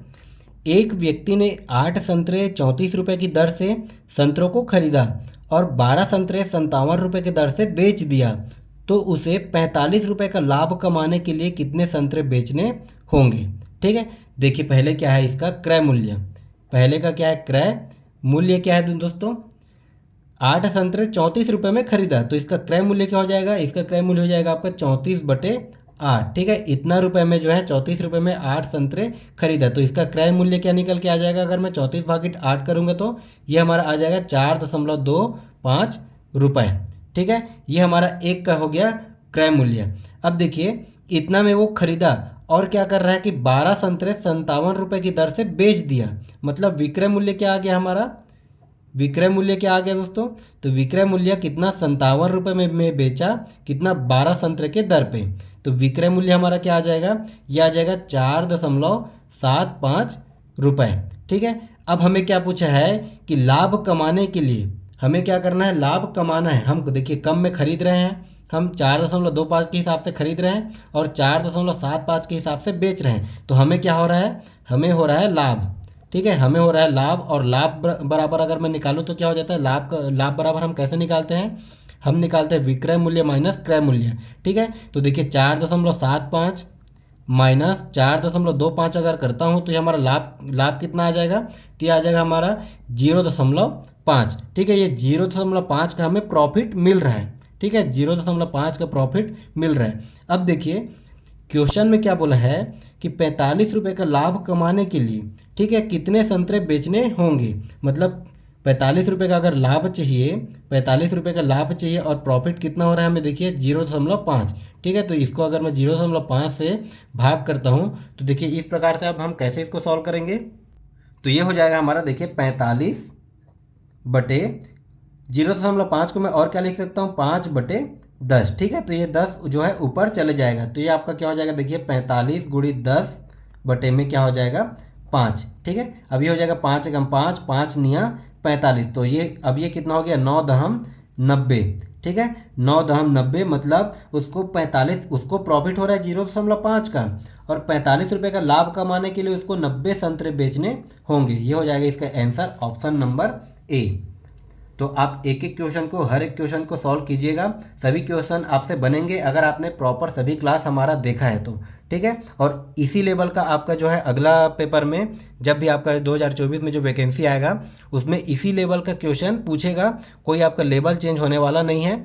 बस इसमें एक फ़र्क हो जाता है दोस्तों कि 23 में क्या है, पूरा 30 में 30 नंबर का न्यूमेरिकल पूछ दिया था। ठीक है, मैथ्स में, इसमें आपका पेडागोजी सेक्शन से एक भी क्वेश्चन नहीं पूछा था, मैं अभी मैथ्स की बात कर रहा हूँ। ठीक है, तो पूरा का पूरा जो है 30 नंबर का क्वेश्चन जो है पूरा न्यूमेरिकल से पूछ दिया था। तो ये हमारे हाथ में नहीं है, ये जो है क्वेश्चन छांटने वाले के हाथ में रहता है कि वो जो है न्यूमेरिकल सेक्शन से ही पूछ रहे हैं कि पेडागोजी सेक्शन से ही पूछ रहे हैं। ठीक है, तो हम देखते हैं हम हम हमारा न्यूमेरिकल सेक्शन को अच्छे से स्ट्रॉन्ग कर लेते हैं। तो देखिए हमारा अगला क्वेश्चन क्या दिया है, 6 पेनों का क्रय मूल्य 4 पेनों के विक्रय मूल्य के बराबर है, तो लाभ प्रतिशत ज्ञात कीजिए। अब देखिए इसमें क्या पूछा है, बिल्कुल ध्यान से इसको समझते जाइएगा। क्या बोला है, 6 पेनों का क्रय मूल्य को क्या लिखते हैं, CP। ठीक है, क्रय मूल्य को लिखते हैं CP। कितने पेनों का क्रय मूल्य, 6 पेनों का क्रय मूल्य, तो ये हो गया गुणित 6। ठीक है, 4 पेनों की विक्रय मूल्य के बराबर है। ठीक है, और विक्रय मूल्य को हम क्या लिखते हैं दोस्तों, SP। ठीक है, विक्रय मूल्य को हम लिखते हैं सेलिंग प्राइस SP। ठीक है, और ये कितने के बराबर है, 4 पेनों के विक्रय मूल्य के, देखिए 6 पेनों का क्रय मूल्य 4 पेनों के विक्रय मूल्य के बराबर है। ठीक है, अब यहाँ से देखिए हमें क्या निकालना है, लाभ प्रतिशत हमें निकालना है दोस्तों, लाभ प्रतिशत। तो यहाँ से देखिए अगर मैं ये CP अपॉन SP करता हूँ, CP अपॉन SP करता हूँ, तो ये हमारा क्या आ जाएगा, ये आ जाएगा 4/6। ठीक है, मतलब हमारा CP कितना है 4 और SP कितना हमारा निकल गया 6। अब हमें क्या निकालना है दोस्तों, लाभ प्रतिशत। ठीक है, हमें निकालना है लाभ प्रतिशत। अब देखिए लाभ प्रतिशत का फॉर्मूला क्या होता है, ये होता है आपका लाभ बटे क्रय मूल्य। हमेशा हम प्रतिशत जो है क्रय मूल्य पे निकालते हैं। ये हमारा हो गया लाभ बटे क्रय मूल्य गुणित 100। अब हमें कितने का लाभ हो रहा है, तो देखिए हम 4 रुपये में खरीद रहे हैं और 6 रुपये में बेच रहे हैं। ठीक है, CP मतलब क्रय मूल्य, SP मतलब विक्रय मूल्य, मतलब 4 रुपये में खरीद रहे हैं और 6 रुपये में बेच रहे हैं। तो हमें लाभ कितने का हो रहा है दोस्तों, 2 का हमें लाभ हो रहा है। ठीक है, इन दोनों का डिफरेंस ही हमारा लाभ हो जाएगा। मतलब लाभ बराबर क्या होता है, SP माइनस CP। तो देखिए हमें लाभ कितने का मिल रहा है, 2 का। तो इसी को मैं रख देता हूँ फॉर्मूला में। हमारे देखिए लाभ क्या हो गया 2, और क्रय मूल्य हमारा क्या हो गया, CP कितना है 4। ठीक है, और ये हो गया गुणित में 100। ठीक है, एक एक पॉइंट को समझते जाइएगा, हर एक पॉइंट ईजी है। अब देखिए यहाँ पर ये हो गया 4 एकम 4 और ये हो गया 25 चौक 100। अभी हमारा कितना आ गया दोस्तों, लाभ प्रतिशत बराबर कितना आ गया, 25 दूने 50, मतलब 50% को उसको लाभ होगा। यही हो जाएगा हमारा आंसर, ऑप्शन नंबर C। अब देखिए हमारा अगला क्वेश्चन क्या दिया है, दो संख्याओं का योग, ये हमारा 2490 है। यदि एक संख्या जो है, एक संख्या का 6.5% दूसरी संख्या के 8.5% के बराबर है, तो संख्याएं क्या होगी, ये हमें निकालना है। अब देखिए दो संख्याओं का योग दिया है हमें 2490 रुपये, मतलब एक संख्या को मैं मान लेता हूँ x और एक संख्या को मैं मान लेता हूँ y। इन दोनों का योग कितना दिया है हमें, 2490 रुपये। ठीक है, ये हमारा जो है क्वेश्चन के अकॉर्डिंग हो गया। अब देखिए उसके बाद क्वेश्चन में क्या बोला है, यदि एक संख्या का 6.5%, एक संख्या मैं मान लेता हूँ x, तो इसका 6.5%। ठीक है, तो ये हो जाएगा 6.5।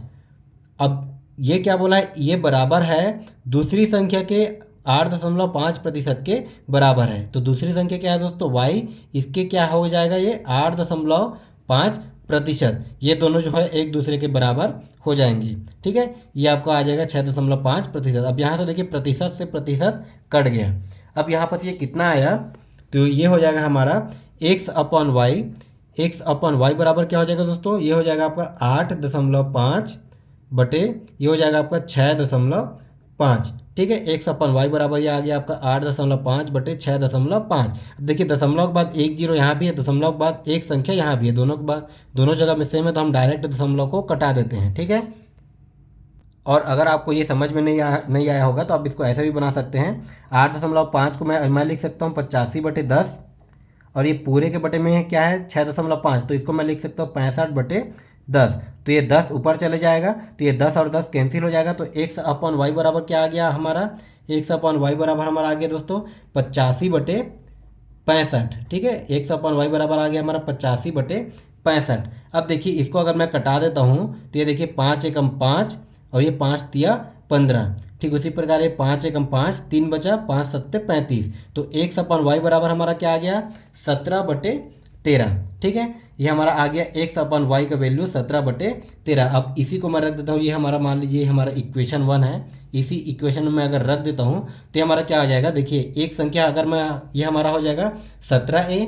ठीक है, एक से बराबर है, ये हमारा हो जाएगा एक से बराबर 17a, और ये y बराबर क्या हो जाएगा 13a।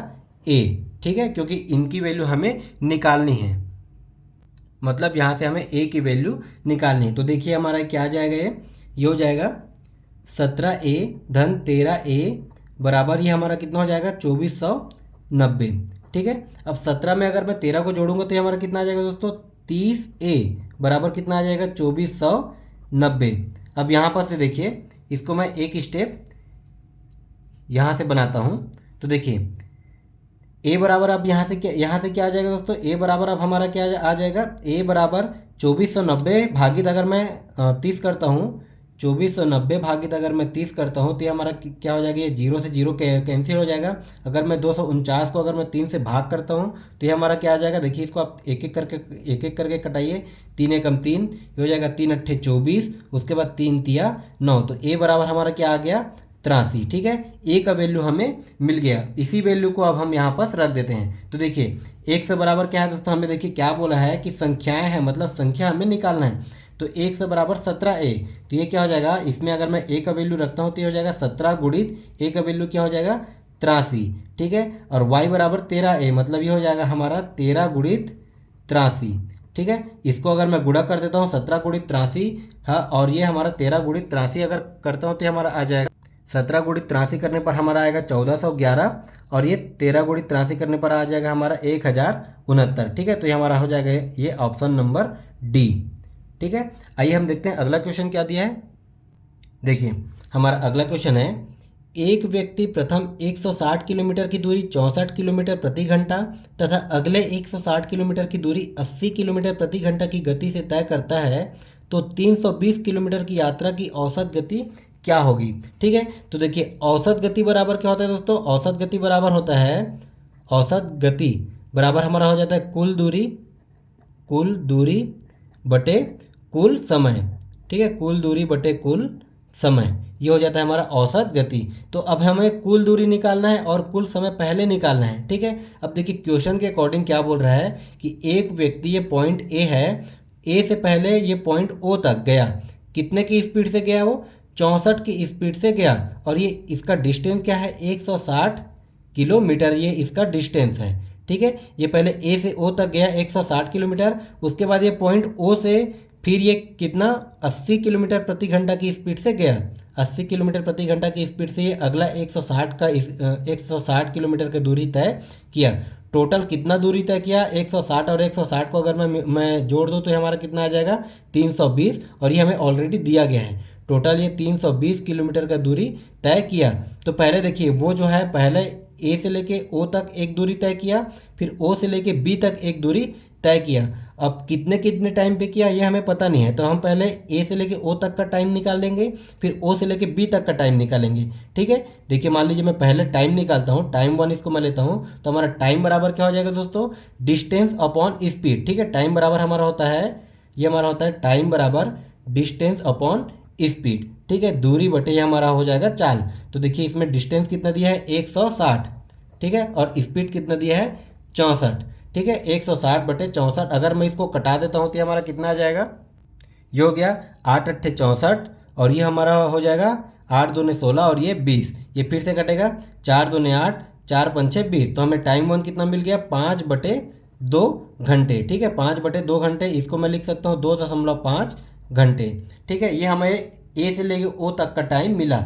अब देखिए हम ओ से लेके बी तक का अगर मैं टाइम निकालूं, ओ से लेके बी तक का टाइम निकालूं, मतलब टाइम 2 निकालता हूं, तो टाइम 2 अगर मैं निकालूं तो कितना हो जाएगा दोस्तों, ये हमारा देखिए दूरी कितना दिया है, 160, और बटे हमारा चाल कितना दिया है, 80। ठीक है, तो ये हमारा ये 80 एकम 80, ये 80 दूने 160, तो हमारा टाइम 2 कितना आ गया, 2। अब देखिए कुल समय हमें क्या चाहिए, फॉर्मूला में कुल समय, तो देखिए कुल समय क्या हो जाएगा, एक 2.5 घंटा और एक 2 घंटा, तो कुल समय क्या हो जाएगा, इन दोनों को अगर मैं जोड़ देता हूँ तो ये 2 और 2 4, ये हो जाएगा 4.5 घंटे। ठीक है, कुल समय हमें मिल गया, कुल दूरी हमें दिया हुआ है, अब हमारा आंसर आ जाएगा। तो देखिए औसत गति बराबर क्या होता है, कुल दूरी हमें कितना दिया है, 320, और बटे कुल समय क्या हो जाएगा दोस्तों, 4.5। अब इसको हम सॉल्व कर देते हैं तो हमारा आंसर आ जाएगा। तो देखिए हो जाएगा 320, ये हमारा हो जाएगा 320 बटे 45। ठीक है, और ये 45/10, तो ये 10 जो है ऊपर चले जाएगा। ठीक है, अब याद ये देखिए क्या हो जाएगा, 5 निया 45, और ये 5 दूने 100।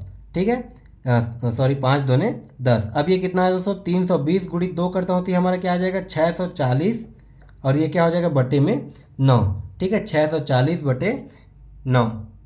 अगर मैं 640 को अगर 9 से मैं भाग देता हूँ तो ये हमारा क्या आ जाएगा, ये आ जाएगा 71.11 किलोमीटर पर घंटा। ठीक है, तो देखिए आप क्वेश्चन के कंसेप्ट को समझिए। कभी भी औसत गति पूछेगा तो हम निकालेंगे कुल दूरी और कुल समय। ठीक है, तो हमें देखिए कुल समय नहीं दिया था तो हमने एक एक करके दोनों समय निकाला और दोनों को जोड़ दिया, तो ये हमारा आ गया कुल समय। ठीक है, इसमें आप कंफ्यूज मत होइएगा, ये आपका बहुत ही आसान सा क्वेश्चन है। अब आइए हम देखते हैं इसी में अगला क्वेश्चन क्या दिया है।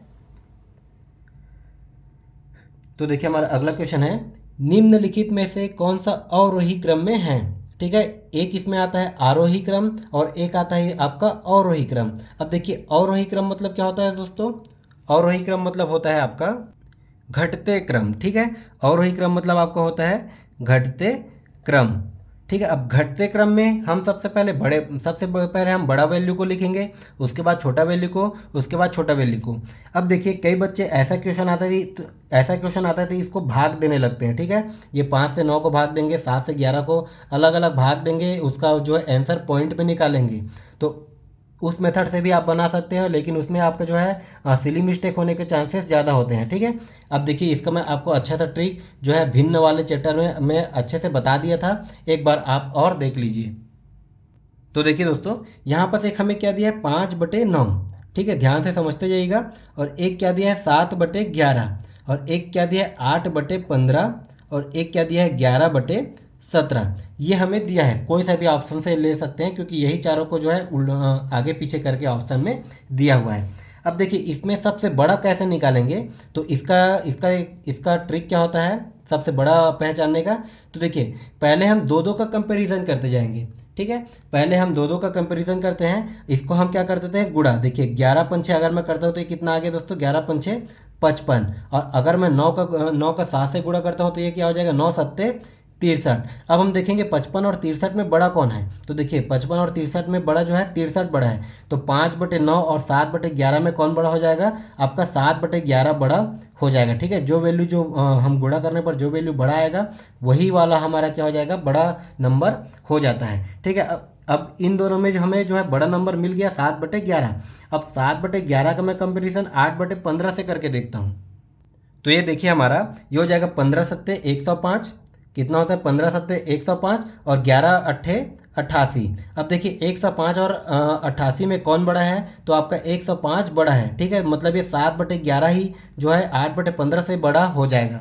ठीक है, अब इस 7/11 का कंपैरिजन में अगर 11/17 से करता हूँ तो इसको भी हम उसी प्रकार से गुणा करके देखते हैं। तो आपका 17 सत्ते कितना हो जाएगा 119, आपका 17 सत्ते होता है 119, 17 सत्ते 119 और 11 11 121। ठीक है, अब 119 और 121 में बड़ा कौन है दोस्तों, 119, मतलब ये 119 किस में आ रहा है 7/11। तो सबसे बड़ा क्या निकल के आ गया 7/11। अब हम देखते हैं ऑप्शन में 7/11 हमारा किस में दिया है। सॉरी यहाँ पर माफ़ कीजिएगा, ये आपका 119 और 121 में जो है बड़ा वैल्यू जो है 121 हो जाएगा। तो इसमें इन दोनों में बड़ा कौन हो गया दोस्तों, आपका 11/7। ठीक है, यहाँ पर भी मुझसे भी सिली मिस्टेक हो गया था। ठीक है, तो ऐसा सिली मिस्टेक आपको नहीं करना है। अब देखिए इन सभी में बड़ा वैल्यू क्या नहीं मिल गया हमें 11/17। ठीक है, इन सभी में बड़ा वैल्यू क्या मिल गया हमें 11/17। अब देखिए ऑप्शन में 11/17 किस में दिया है, ये दोनों ऑप्शन में दिया है, मतलब ये दोनों ऑप्शन आपका पहले से ही कट गया। अब इन तीनों में हम फिर उसी प्रकार से कंपैरिजन करेंगे, इसमें आपका प्रैक्टिस हो गया तो आप इसको विद इन सेकेंड भी बना सकते हो। ठीक है, अब देखिए 7/11 जो है 5/9 से भी बड़ा था और 8/15 से भी बड़ा था। तो अब इसके बाद सेकेंड में क्या आ जाएगा आपका 7/11, सेकेंड में क्या आ जाएगा 7/11। अब हमारे पास क्या क्या बचा 5/9 और 8/15, इन दोनों का हम कंपैरिजन करके देख लेते हैं। तो देखिए 15 पंचे कितना हो जाएगा दोस्तों, तो हो जाएगा 15 पंचे 75। ठीक है, और ये 9 अट्ठे कितना हो जाएगा 9 अट्ठे 72। अब देखिए 75 और 72 में बड़ा कौन है, ये हमारा 75 जो है बड़ा है। तो 75 किस में आ रहा है 5/9 में आ रहा है, तो हमारा 5/9 बड़ा हो जाएगा। और लास्ट में सबसे क्या बचा, ये लास्ट में बचा 8/15। ठीक है, तो देखिए सबसे बड़ा वैल्यू क्या है 11/17, उसके बाद 7/11, उसके बाद 5/9, उसके बाद जो है आपका 8/15। तो इस क्रम में कौन से ऑप्शन में दिया है, देखिए 11/17, 7/11, 5/9 और 8/15, ये हो जाएगा आपका ऑप्शन नंबर डी। तो आप इसी मेथड से बनाइएगा। ठीक है, आपका जो है आप इसको विद इन सेकेंड में इस टाइप के क्वेश्चन को आसानी से बना सकते हैं। अब आइए हम देखते हैं अगला क्वेश्चन हमारा क्या दिया है। देखिए हमारा अगला क्वेश्चन है, यदि एक वर्ग के विकर्ण की लंबाई 20 सेंटीमीटर है तो उसका परिमाप निश्चित होगा। ठीक है, अब देखिए हमारा वर्ग कुछ इस प्रकार से होता है। अब इसमें क्या होगा, इसका विकर्ण, ठीक है, और इसके विकर्ण की लंबाई हमें क्या दिया है, 20 सेंटीमीटर। तो वर्ग का विकर्ण क्या हो जाता है दोस्तों, तो वर्ग का विकर्ण होता है √2 इंटू ए। ठीक है, ये वर्ग के विकर्ण का फॉर्मूला होता है। और ये हो गया हमारा वर्ग का विकर्ण, जिसका वैल्यू हमें दिया गया है, कितना दिया है, ये हमें दिया है 20 सेंटीमीटर। तो यहाँ से देखिए ए बराबर अगर मैं निकालना चाहूँ तो ये क्या आ जाएगा आपका 20 बटे वर्गमूल 2। अब इसको हम कैसे सॉल्व करते हैं, तो यहाँ पर देखिए ए बराबर अगर मैं निकालूं तो हमारा क्या हो जाएगा, देखिए 20 बटे वर्गमूल 2 है। तो यहाँ पर देखिए वर्गमूल 2 का मैं ऊपर में गुणा कर देता हूँ और वर्गमूल 2 का मैं नीचे में भी गुणा कर देता हूँ, क्योंकि वर्ग ये दो है आपस में कट जाएंगे तो ये जो कट के एक आ जाता है। ठीक है, तो इसको जो है सॉल्व करने के लिए मैं ऊपर और नीचे वर्गमूल 2 का गुणा कर दिया। अब देखिए ऊपर में अगर मैं गुणा करता हूँ 20 गुणित वर्गमूल 2, ठीक है, यहाँ से बनाता हूँ मैं, तो ये कितना आ जाएगा 20 वर्गमूल 2। ठीक उसी प्रकार नीचे में भी अगर मैं गुणा करता हूँ, ये आपका देखिए वर्गमूल 2 गुणित वर्गमूल 2। ठीक है, वर्गमूल 2 गुणित वर्गमूल 2 मतलब ये क्या आ जाएगा, वर्गमूल 2 का घात 2। तो यहाँ पर ये घात और ये वर्गमूल जो है ये हमारा कट जाएगा। तो यहाँ पर अब कितना बचा दोस्तों, खाली का खाली यहाँ पर बचा 2। अब यहाँ पर देखिए 2 एकम 2 और ये 2 दहम 20।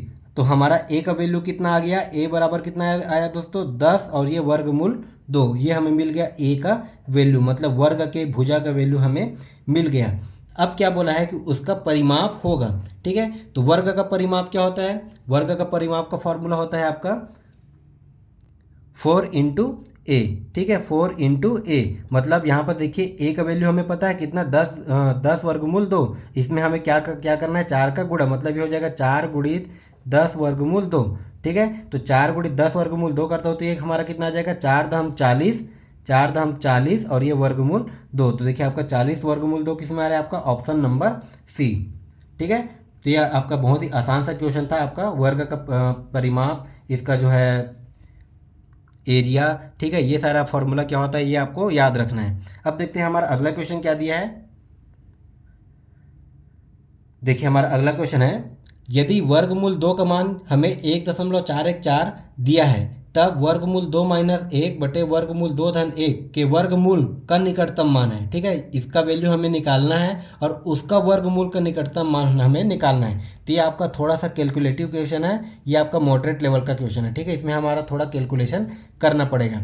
अब देखिए इसमें हम इसको एक एक करके स्टेप बाय स्टेप करते हैं।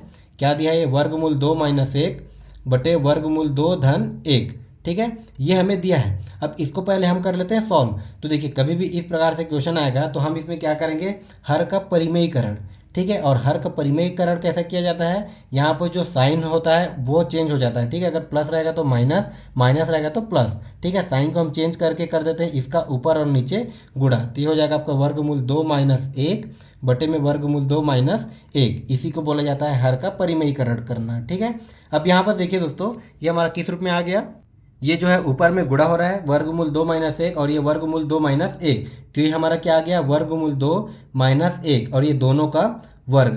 ठीक है, अब यहाँ पर देखिए ये हमें a प्लस बी और a माइनस बी के रूप में दिख रहा है। ठीक है, आपका क्या होता है a plus B into A minus B बराबर में क्या होता है दोस्तों, आपका a का वर्ग और ये होता है माइनस में b का वर्ग। ठीक है, ये होता है आपका फॉर्मूला। ठीक है, यहाँ पर ये जगह की कमी है इसलिए इसको मैं यहाँ पर साइड में लिख दिया। ठीक है, a प्लस बी और a माइनस बी ये हो जाता है आपका a square minus B square का फॉर्मूला। तो ये हमें देखिए a प्लस बी और a माइनस बी के रूप में दिख रहा है और ये हो रहा है आपस में गुणा। तो यहाँ पर मैं इसको a का वर्ग लिखूँ, मतलब 2 का वर्ग, तो सॉरी वर्गमूल 2 का वर्ग। तो वर्गमूल 2 का वर्ग मतलब वर्ग और वर्गमूल कट जाएगा तो आपका क्या आ जाएगा डायरेक्ट 2। ठीक है, माइनस b का वर्ग मतलब 1 का वर्ग, तो 1 का वर्ग करने पर क्या आ जाएगा हमारा 1 ही आ जाएगा। अब यहाँ पर देखिए ऊपर में क्या दिया है, वर्गमूल 2 माइनस 1 का वर्ग। ठीक है, वर्गमूल 2 माइनस 1 का वर्ग मतलब ये आपका क्या आ जाएगा a माइनस बी का वर्ग। ठीक है, a माइनस बी का वर्ग के रूप में दिख रहा है। अब इसका फॉर्मूला क्या हो जाता है, तो इसका फॉर्मूला होता है a का वर्ग प्लस b का वर्ग माइनस 2ab, ये वाला इसका फॉर्मूला होता है। ठीक है, तो यही फॉर्मूला हमें यहाँ पर लगा देना है। अब इसको मैं सॉल्व करता हूँ इस साइड से। तो देखिए a का वर्ग करूँगा तो वर्गमूल 2 का वर्ग करूँगा तो ये हमारा क्या आ जाएगा 2 प्लस b का वर्ग मतलब b का वर्ग मतलब ये हमारा क्या आ जाएगा 1। ठीक है। बी का वर्ग मतलब ये हमारा आ गया 1 माइनस 2ab मतलब ये हो गया 2 गुणित ए का वैल्यू क्या है हमारा वर्गमूल 2 गुणित 1, ठीक है। और बटे में क्या बचा दोस्तों हमारा 2 माइनस 1 करने पर ही हमारा आ जाएगा 1। अब देखिए इसको अगर हम सॉल्व कर देते हैं तो ये हमारा क्या आ गया 2 और 1 3, ठीक है। 2 और 1 3 और ये हमारा आ गया 3 माइनस 2 वर्गमूल 2, ये हमारा आ गया 3 माइनस 2 वर्गमूल 2। अब देखिए दोस्तों यहाँ पर हमें वर्गमूल 2 का वैल्यू दिया है, कितना दिया है 1.414, तो यहाँ पर मैं उसका वैल्यू रख देता हूँ। ये आपका आ जाएगा 3 माइनस 2 गुणित 1.414, ठीक है। अगर मैं इसको गुणा करता हूँ तो ये हमारा क्या आ जाएगा 3 माइनस, देखिए हमारा ये कितना आ जाएगा, ये आपका आ जाएगा 2 चौक 8, ठीक है। ये आपका 2 एकम 2 और ये 2 चौक 8, उसके बाद दशमलव है तो दशमलव, और ये हम आपका आ जाएगा 2 एकम 2, तो ये आपका आ गया, मैं इसको यहाँ पर फिर से लिख लेता हूँ। ये हो जाएगा 3 माइनस, ये आपका आ गया 2, ये आपका 8 2 8, ठीक है। ये आपका 2 चौक 8, 2 एकम 2 और ये 2 चौक 8 और ये 2 एकम 2, हाँ ठीक है। अब यहाँ से देखिए 3 माइनस 2.828 ये हमारा आ गया गुणा करने पर।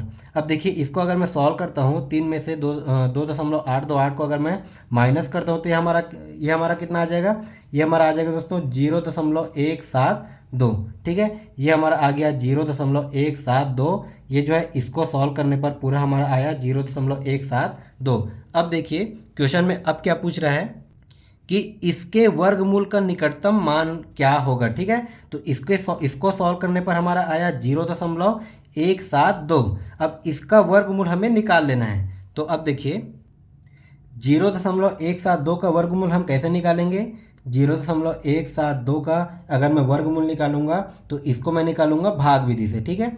और भाग विधि से वर्गमूल कैसे निकालते हैं ये मैंने आपको अच्छी तरीके से वीडियो में बताया हुआ है।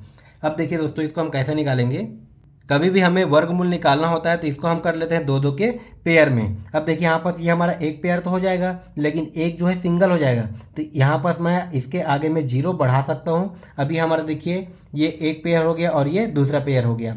अब देखिए हमारा क्या हो जाएगा, ये 0 से 0 बार चला जाएगा, ठीक है। तो ये क्या आ जाएगा 0 आ जाएगा, और ये 0 और 0 कैंसिल हो जाएगा, ठीक है। अब यहाँ पर देखिए इस साइड में हम क्या करते हैं, जितने बार में जाता है उतने बार हम उसको जोड़ देते हैं, ठीक है। तो यहाँ पर ये 0 को जोड़ दिया तो 0 आ गया, ठीक है। ये मैं आपके समझने के लिए कर रहा हूँ। अब देखिए दोस्तों ये दशमलव, तो यहाँ पर हम चाहें तो दशमलव लगा सकते हैं, ठीक है। अब देखिए या फिर आप चाहो तो ये इसको पूरा सॉल्व करने के बाद इसको दशमलव काउंट करके भी इसको बना सकते हैं, ठीक है। अब देखिए यहाँ पर ये क्या है 17, हम इसको पेयर के साथ नीचे उतारते हैं तो ये आपका क्या हो गया 17। अब 0 के सामने ऐसा क्या लिखूँ कि इसके निकटतम में मान आना चाहिए, तो ये क्या हो जाएगा आपका 4 चौक 16, ये क्या आ गया दोस्तों आपका 4 चौक 16। तो ये 17 में से 16 जाएगा तो कितना बचेगा, 1 बचेगा। अभी इस साइड में 4 को जोड़ता हूँ तो ये कितना आ गया आपका 4 और 4 मिला के कितना आ गया आपका, यह आपका आ गया 8, ठीक है। अब देखिए इसमें क्वेश्चन ऑप्शन में भी एक नज़र इसमें मारिएगा। देखिए इसको हमें पूरा बनाने की ज़रूरत नहीं है, हम देखेंगे ऑप्शन को। ये हमारा देखिए क्या आ रहा है 0.4 समथिंग कुछ आएगा, ठीक है। अब हम देखते हैं ऑप्शन में 0.4 किस में आ रहा है, ये हमारा ऑप्शन नंबर बी। एक ही में अगर 0.4 आ रहा है तो हम यहीं से इसका आंसर ले लेंगे, और अगर किसी और ऑप्शन में 0.4 रहता तो हमें इसको आगे और सॉल्व करने की ज़रूरत होती, ठीक है। लेकिन इस क्वेश्चन में काफ़ी ज़्यादा कैलकुलेशन है, इसीलिए देखिए एक ही ऑप्शन में दिया है आपका 0.414, और यही हो जाएगा हमारा आंसर। अब देखिए हमारा अगला क्वेश्चन क्या दिया है, 16 वर्ष में कितनी प्रतिशत वार्षिक दर से कोई धनराशि दोगुनी हो जाएगी, ठीक है। अब देखिए क्या बोल रहा है कि कोई धनराशि वार्षिक दर से दोगुनी हो रही है। अब धनराशि कितना दिया ये हमें पता नहीं है, ठीक है। तो कभी भी ऐसा क्वेश्चन में हम जो है धनराशि को क्या मानेंगे 100% मान लेंगे। मतलब धनराशि हमारे पास क्या था, पहले 100 था, और वो राशि बढ़ के कितना हो गया, ये हो गया दोगुनी, मतलब ये 100 से कितना हो जाएगा 200 हो जाएगा, ठीक है। 100 हमने मान लिया। अब देखिए दोस्तों क्वेश्चन में क्या बोल रहा है, पहले जो राशि था वो 100 था, अब वो जो बढ़ के 2 गुना हो गया, मतलब 100 से 200 हो गया। कितना बढ़ा, 100 से 200 होने में वो राशि कितना बढ़ा, 100% बढ़ा, ठीक है। मतलब 100 जो है बढ़ा, कितने साल में बढ़ा दोस्तों, 16 साल में बढ़ा। कितने साल में बढ़ा, 16 साल में बढ़ा। अब इसको अगर मैं कटा देता हूँ तो ये हमारा कितना आ जाएगा, देखिए ये हो जाएगा आपका 4 चौक 16, ये आपका आ गया 4 चौक 16, और ये आपका आ गया 25 चौक 100, ठीक है। ये आपका आ गया दोस्तों 25/4, ये आपका आ गया 25/4। और अगर मैं 25/4 25/4 करता हूँ, 25/4, तो ये हमारा कितना आ जाएगा, देखिए यह आ जाएगा 4 छक्के 24। अब ये कितना बचा, 1, मतलब ये आपका आ गया 6 सही 1/4। ठीक है, ये आपका आ गया 6 सही 1/4, ऑप्शन नंबर बी, ये आपका आ जाएगा प्रतिशत में। ठीक है, अब आइए देखते हैं हम अगला क्वेश्चन क्या दिया है। देखिए हमारा अगला क्वेश्चन है, एक त्रिभुज की भुजाओं का अनुपात 1/2 अनुपात 1/3 अनुपात 1/4 है तथा परिमाप, ठीक है, 156 सेंटीमीटर है, तो सबसे बड़ी भुजा की लंबाई क्या होगी, ये हमें ज्ञात करना है। तो देखिए दोस्तों क्या दिया इसमें कि एक त्रिभुज की भुजाओं का अनुपात हमें क्या कह दिया, 1/2, 1/2 अनुपात 1/3 अनुपात 1/4। ठीक है, अगर मैं इसका एलसीएम निकालूं, ठीक है, अगर मैं इसका एलसीएम निकालूं आपका 2, 3 और 4, तो इसका एलसीएम क्या आ जाएगा दोस्तों, इसका एलसीएम आ जाएगा आपका 12। ठीक है, 2 और 3 और 4 का एलसीएम क्या आ जाएगा आपका 12। अब इस 12 का अगर मैं ऊपर में गुणा करता हूँ तो ये देखिए कितना आ जाएगा, यहाँ पर 12 का अगर मैं ऊपर में गुणा करता हूँ तो ये हो जाएगा आपका 12/2। ठीक है, ये हो जाएगा अनुपात। अब यहाँ पर ये करूँगा तो ये हो जाएगा 12/3 अनुपात, यहाँ पर ये हो जाएगा 12 एकम 12 12/4। ठीक है, अब यहाँ पर देखिए जो जो अगर कट रहा है उसको हम कटा देते हैं, 2 एकम 2 2 छक्के 12, कितना आया 6 अनुपात, ये हो गया 3 एकम 3 3 चौक 12 4 अनुपात, ये हो जाएगा 4 एकम 4 4 तिया 12, ये आ गया 6/4/3। ठीक है, अब इसकी भुजाओं को मैं मान लेता हूँ। मान लीजिए एक को मैंने मान लिया 6x, एक को मैंने मान लिया 4x और एक को मैंने मान लिया 3x। अब देखिए क्वेश्चन में क्या बोला है कि इसका परिमाप, ठीक है, तो देखिए त्रिभुज का परिमाप क्या हो जाएगा, उसके तीनों भुजाओं का योग ही उसका परिमाप हो जाता है। मतलब ये हो जाएगा 6x धन 4x धन 3x। ठीक है, ये जो है इसका भुजा हमें मिल गया। ठीक है, इन तीनों भुजाओं का योग क्या हो जाएगा, इन तीनों को भुजाओं का योग ही इसका परिमाप हो जाएगा। तो इसका परिमाप हमें कितना दिया है, 156 दिया है। अब इसको अगर मैं जोड़ देता हूँ, ये आपका 6 4 10 10 3 13। ठीक है, तो ये हो जाएगा 13x बराबर, ये हो जाएगा 156। तो x बराबर क्या हो जाएगा दोस्तों, 156/13 करता हूँ तो 156 अगर मैं 13 करता हूँ तो ये कितना हो जाएगा, देखिए ये हो जाएगा आपका, ये हो गया आपका 13 एकम 13। ठीक उसी प्रकार ये भी 13 एकम 13, कितना बचा, ये आपका बचा 2। ठीक है, और ये हो जाएगा 13 दूने 26। तो 1 से बराबर कितना आ गया हमारा 12।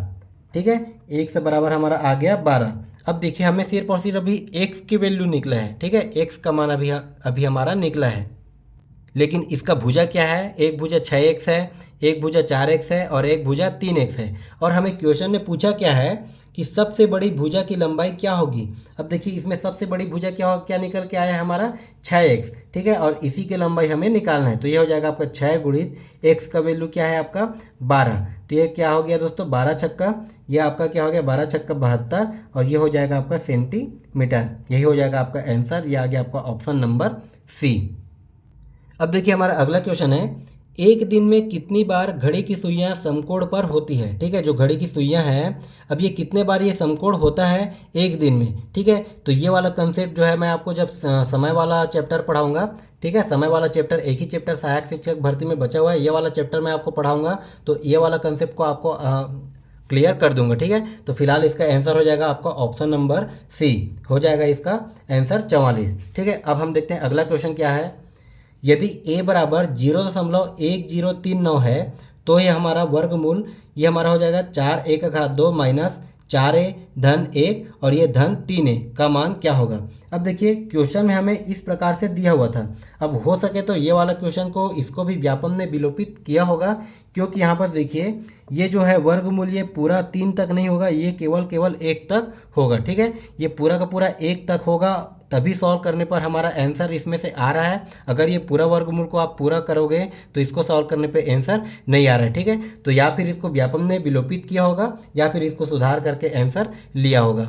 अब देखिए इसको हम सॉल्व करते हैं तो ये हमारा क्या आ जाएगा, इसका परफेक्ट प्रूफ क्या हो जाएगा दोस्तों, ये हो जाएगा आपका 4a² माइनस 4a, उसके बाद प्लस 1, ये हो जाएगा आपका यहाँ तक अंडर रूट में, उसके बाद ये दिया है प्लस 3a, ये जो है आपके अंडर रूट से बाहर दिया है। ठीक है, अब देखिए दोस्तों यहाँ पर ये आपका 4a² माइनस 4a प्लस 1, ये आपका किस रूप में हो जाएगा, तो ये हो जाएगा आपका वर्गमूल और ये हो जाएगा आपका 1 माइनस 2a और ये पूरे का होल स्क्वायर के बराबर हो जाएगा।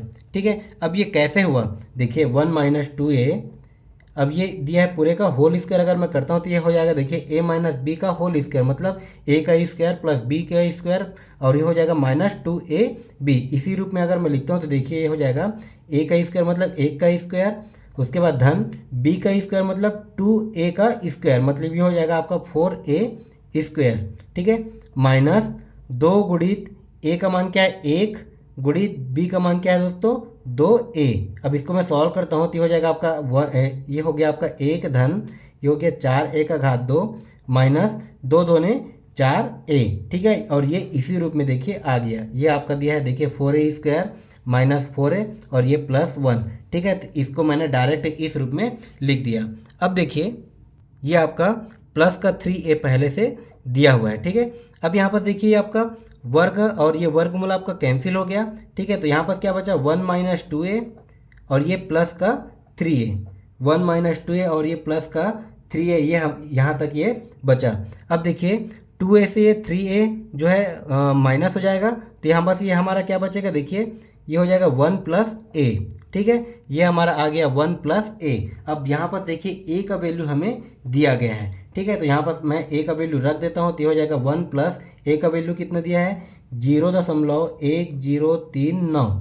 ठीक है, 0.1039 और इन दोनों को मैं जोड़ता हूँ तो ये आपका आ जाएगा दोस्तों 1.1039, यही हो जाएगा आपका आंसर। तो देखिए किस ऑप्शन में दिया है, ऑप्शन नंबर सी 1.1039।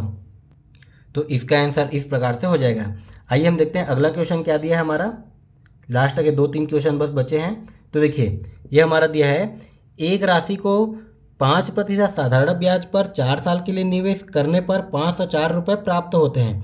यदि उसी राशि को 10% साधारण ब्याज पर 2/1/2 वर्ष के लिए निवेश करने पर कितनी वृद्धि होगी। मतलब एक राशि को हम पहले इस कंडीशन में रखेंगे, ठीक है, फिर जो प्राप्त राशि होगा उसको हम इस कंडीशन में रखेंगे, मतलब 2 बार हमारा फॉर्मूला इसमें यूज होगा।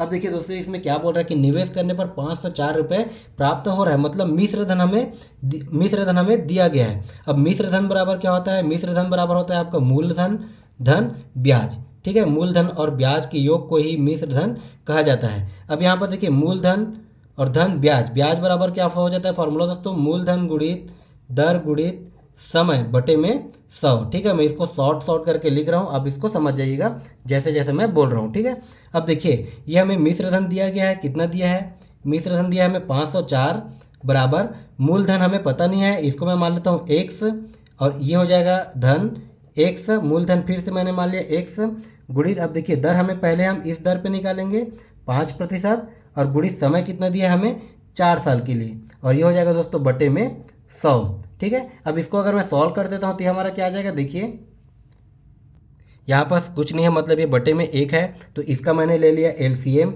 ठीक है, इसका मैंने ले लिया एलसीएम, तो ये हमारा क्या आ गया, देखिए नीचे में बटे में 100 और ये 100 जो है इसके साथ गुणा हो जाएगा, तो ये हो गया 100x, ये हो गया 100x धन ये कितना हो गया 5 चौक 20x। ठीक है, ये धन में क्या हो गया 5 चौक 20x और ये किसके बराबर है दोस्तों, आपका मिश्र धन 504 के बराबर है। अब देखिए 100x में अगर मैं 20x को जोड़ता हूँ तो आपका क्या आ गया 120x। ठीक है, 120x बराबर ये क्या हो गया दोस्तों 504 गुणित में 100। ठीक है, अब यहाँ से मुझे x की वैल्यू चाहिए, तो 120 जो है इधर आके भाग हो जाएगा, 120 जो है इधर आके भाग हो गया। अब इसको मैं सॉल्व करता हूँ तो हमारा क्या आ जाएगा, देखिए तो यहाँ से देखिए 1 0 से ये 1 0 कैंसिल हो गया। ठीक है, अब यहाँ पर ये क्या हो जाएगा, ये हो जाएगा 2 छक्के 12 और ये हो जाएगा 2 पंचे 10। अब यहाँ पर देखिए अगर ये फिर से कट रहा है तो इसको हम फिर से कटा देते हैं, ये हो जाएगा 6 कम 6 और ये हो जाएगा हमारा 6 8 48 और ये कितना बचा 2 और ये हो जाएगा 6 चौक 24। ठीक है दोस्तों, तो ये हमारा x का वैल्यू कितना आ गया, देखिए x का वैल्यू 84 गुणित 5। ठीक है, x का वैल्यू कितना आ गया हमारा 84 गुणित 5 और 84 गुणित 5 करने पर हमारा कितना आ जाएगा, ये हमारा आ जाएगा 420। ठीक है, तो x बराबर 420 रुपये, ये हमें पहले कंडीशन में हमें मूलधन मिल गया। ठीक है, पहले कंडीशन में हमें मूलधन मिल गया। अब उसके बाद क्या बोला है कि उस राशि को 10% साधारण ब्याज पर 2 वर्ष के लिए निवेश करने पर कितनी वृद्धि होगी। मतलब वृद्धि होगी मतलब फिर से हमें मिश्र धन निकालना है। ठीक है, वृद्धि होगी मतलब फिर से हमें मिश्र धन निकालना है। तो मिश्र धन बराबर वही हो जाता है मूलधन धन ब्याज। अब यहाँ पर देखिए हमें मूलधन मिल गया, मतलब ये हो गया आपका 420 धन ब्याज, मतलब हो जाएगा आपका मूलधन 420 गुणित दर। दर अब कितना हो जाएगा हमारा 10% गुणित समय। समय हमारा कितना हो जाएगा 2 1/2, मतलब 2 दूने 4 और ये 5/2, ये हो गया आपका 5/2। ठीक है, तो ये हो गया मूलधन गुणित दर गुणित समय, और ये नीचे में क्या हो जाएगा दोस्तों बटे में 100। ठीक है, अब यहाँ पर देखिए जो जो यहाँ से कटेगा उसको हम कटा देते हैं।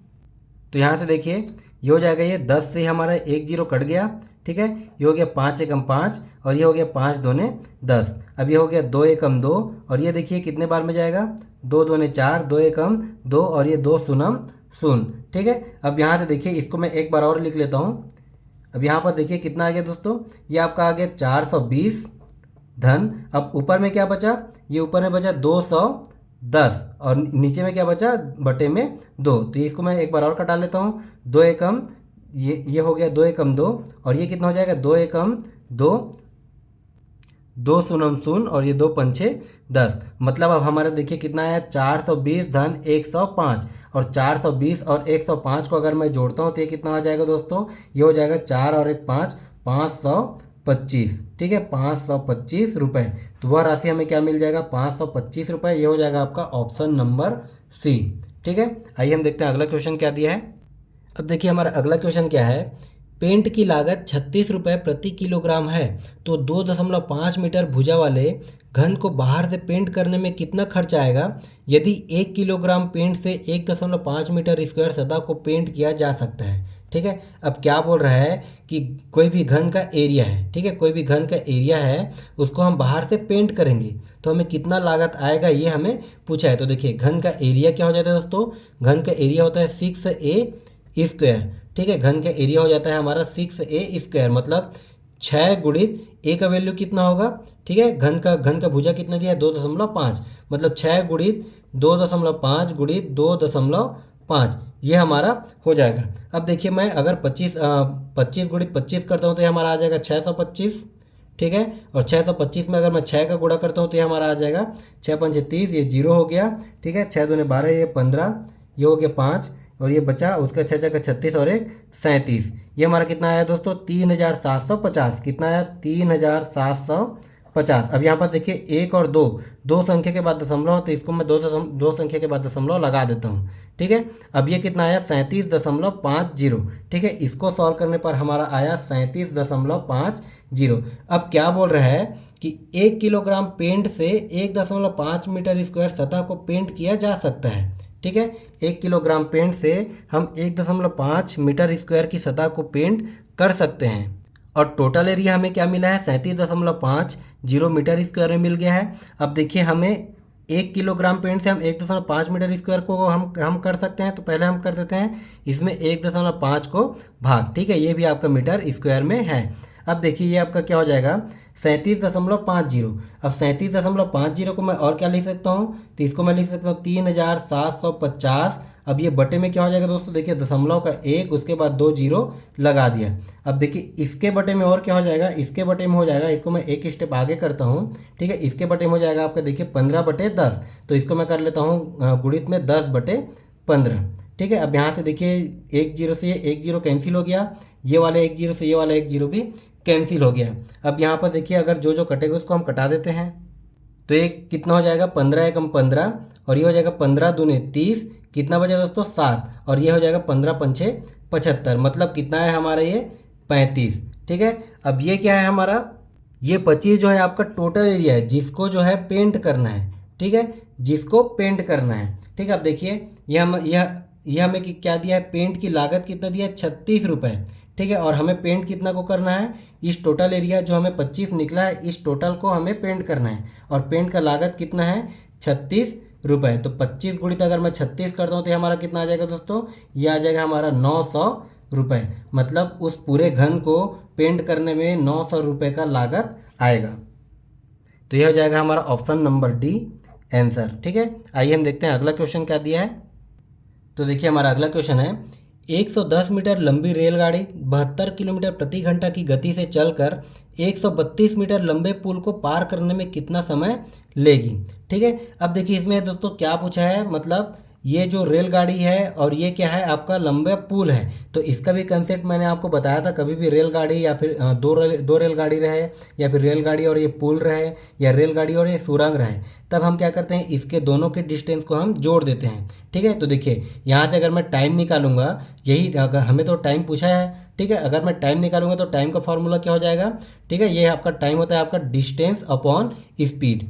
ठीक है, टाइम बराबर हो जाता है डिस्टेंस अपॉन स्पीड। अब देखिए डिस्टेंस कितना दिया है, तो एक डिस्टेंस आपका क्या हो जाएगा रेलगाड़ी का 110 धन एक डिस्टेंस आपका क्या हो जाएगा 132। ठीक है, ये हो जाएगा आपके पुल का, बटे में स्पीड कितना दिया है आपका 72 किलोमीटर पर आवर। ठीक है, अब एक चीज़ ध्यान दीजिएगा, कभी भी ऐसे क्वेश्चन में आपको यूनिट को ध्यान देना है। एक यूनिट आपका देखिए किलोमीटर पर आवर में दिया है, एक यूनिट आपका मीटर में दिया है। तो ये जो किलोमीटर पर आवर है, इसको मैं अगर मैं मीटर पर सेकंड में चेंज करूँगा तो इसको हम क्या करते हैं 5/18 से गुणा। ठीक है, इसको हम कर देते हैं 5/18 से गुणा। अब देखिए इसको अगर मैं कटा देता हूँ तो ये कितना हो जाएगा, ये 18 का 18 और ये हो जाएगा 18 चौक 72। मतलब 110 और 132 को अगर मैं जोड़ूँ तो ये हमारा कितना आ जाएगा दोस्तों, तो 110 और 132 को अगर मैं जोड़ता हूँ तो ये आपका आ गया 2 और ये 3 और 1 4 और ये 242। ठीक है, और नीचे में कितना आया आपका 5 चौक 20, नीचे में कितना है आपका 5 चौक 20। अब इसको देखिए हम कटा देते हैं, ये हो जाएगा 2 दहम 20 और यह हो गया आपका 2 एकम 2, 2 दूने 4, 2 एकम 2, तो 121/10 कितना आया 121/10। ठीक है, अब यहाँ से अगर मैं इसको 10 से भाग करता हूँ तो हमारा कितना आ जाएगा 12.1 और ये किस में आ जाएगा दोस्तों सेकंड में। तो ये कौन सा ऑप्शन हो जाएगा, ये आपका ऑप्शन नंबर बी। तो आइए हम अगला क्वेश्चन देखते हैं, आज का लास्ट क्वेश्चन। देखिए हमें हमारा अगला क्वेश्चन दिया है, दो अभाज्य संख्याओं x तथा y जिसमें कंडीशन दिया है आपका x बड़ा है y से, ठीक है, का लघुत्तम समापवर्ती 161 है, तो 3y माइनस एक्स का मान क्या होगा। ठीक है, ये आपका बहुत ही इंपॉर्टेंट क्वेश्चन है। ये क्वेश्चन जो है व्यापम में बार बार रिपीट हुआ है। अब देखिए क्या बोला है कि दो संख्याओं का एलसीएम हमें दिया है कितना 161। ठीक है, दो संख्याओं का एलसीएम हमें दिया है 161। अब क्या पूछा है कि दो अभाज्य संख्याओं, ठीक है, मतलब अभाज्य संख्या, तो इसका दो अभाज्य गुणनखंड कौन कौन सा निकल जाएगा। अगर मैं निकालना चाहूँ तो इसका अभाज्य गुणनखंड हो जाएगा एक 7 हो जाएगा और एक हो जाएगा 23, क्योंकि 7 गुणित 23 करने पर ये 161 आता है। ठीक है, और ये दोनों जो है इसके अभाज्य गुणनखंड हो जाएंगे। अब क्या पूछा है दोस्तों, इसमें देखिए कि एक संख्या x है और एक संख्या y है, जहाँ कंडीशन हमें दिया है x है, x जो है बड़ा होगा y से, मतलब ये जो 23 है ये हमारा हो जाएगा x और ये जो 7 है ये हमारा हो जाएगा y, क्योंकि x बड़ा है y से, ये हमें क्वेश्चन में दिया है। तब अब हमें क्या करना है, देखिए 3x माइनस वाई का वैल्यू हमें निकालना है, तो ये हो जाएगा 3y माइनस एक्स का वैल्यू हमें निकालना है, तो ये हो जाएगा 3y माइनस एक्स। अब इसी में हम वैल्यू को रख देते हैं, तो यहाँ पर देखिए 3 गुणित y का वैल्यू क्या दिया है 7 माइनस एक्स का वैल्यू कितना दिया है 23, तो ये कितना हो जाएगा 7 या 21 और ये माइनस में क्या हो जाएगा दोस्तों 23। तो 21 में से अगर मैं 23 को माइनस करता हूँ तो ये हमारा क्या आ जाएगा -2। ठीक है, तो ये हो जाएगा इसका आंसर ऑप्शन नंबर ए, ये हमारा आ गया -2। तो दोस्तों अगर आपने टेस्ट सीरीज़ लगाया है तो आपका कितना क्वेश्चन बना हमें कमेंट करके ज़रूर बताइए। साथ ही अगर आपको हमारा वीडियो पसंद आया तो हमारे चैनल को सब्सक्राइब जरूर करें और दूसरों को शेयर करना ना भूलें।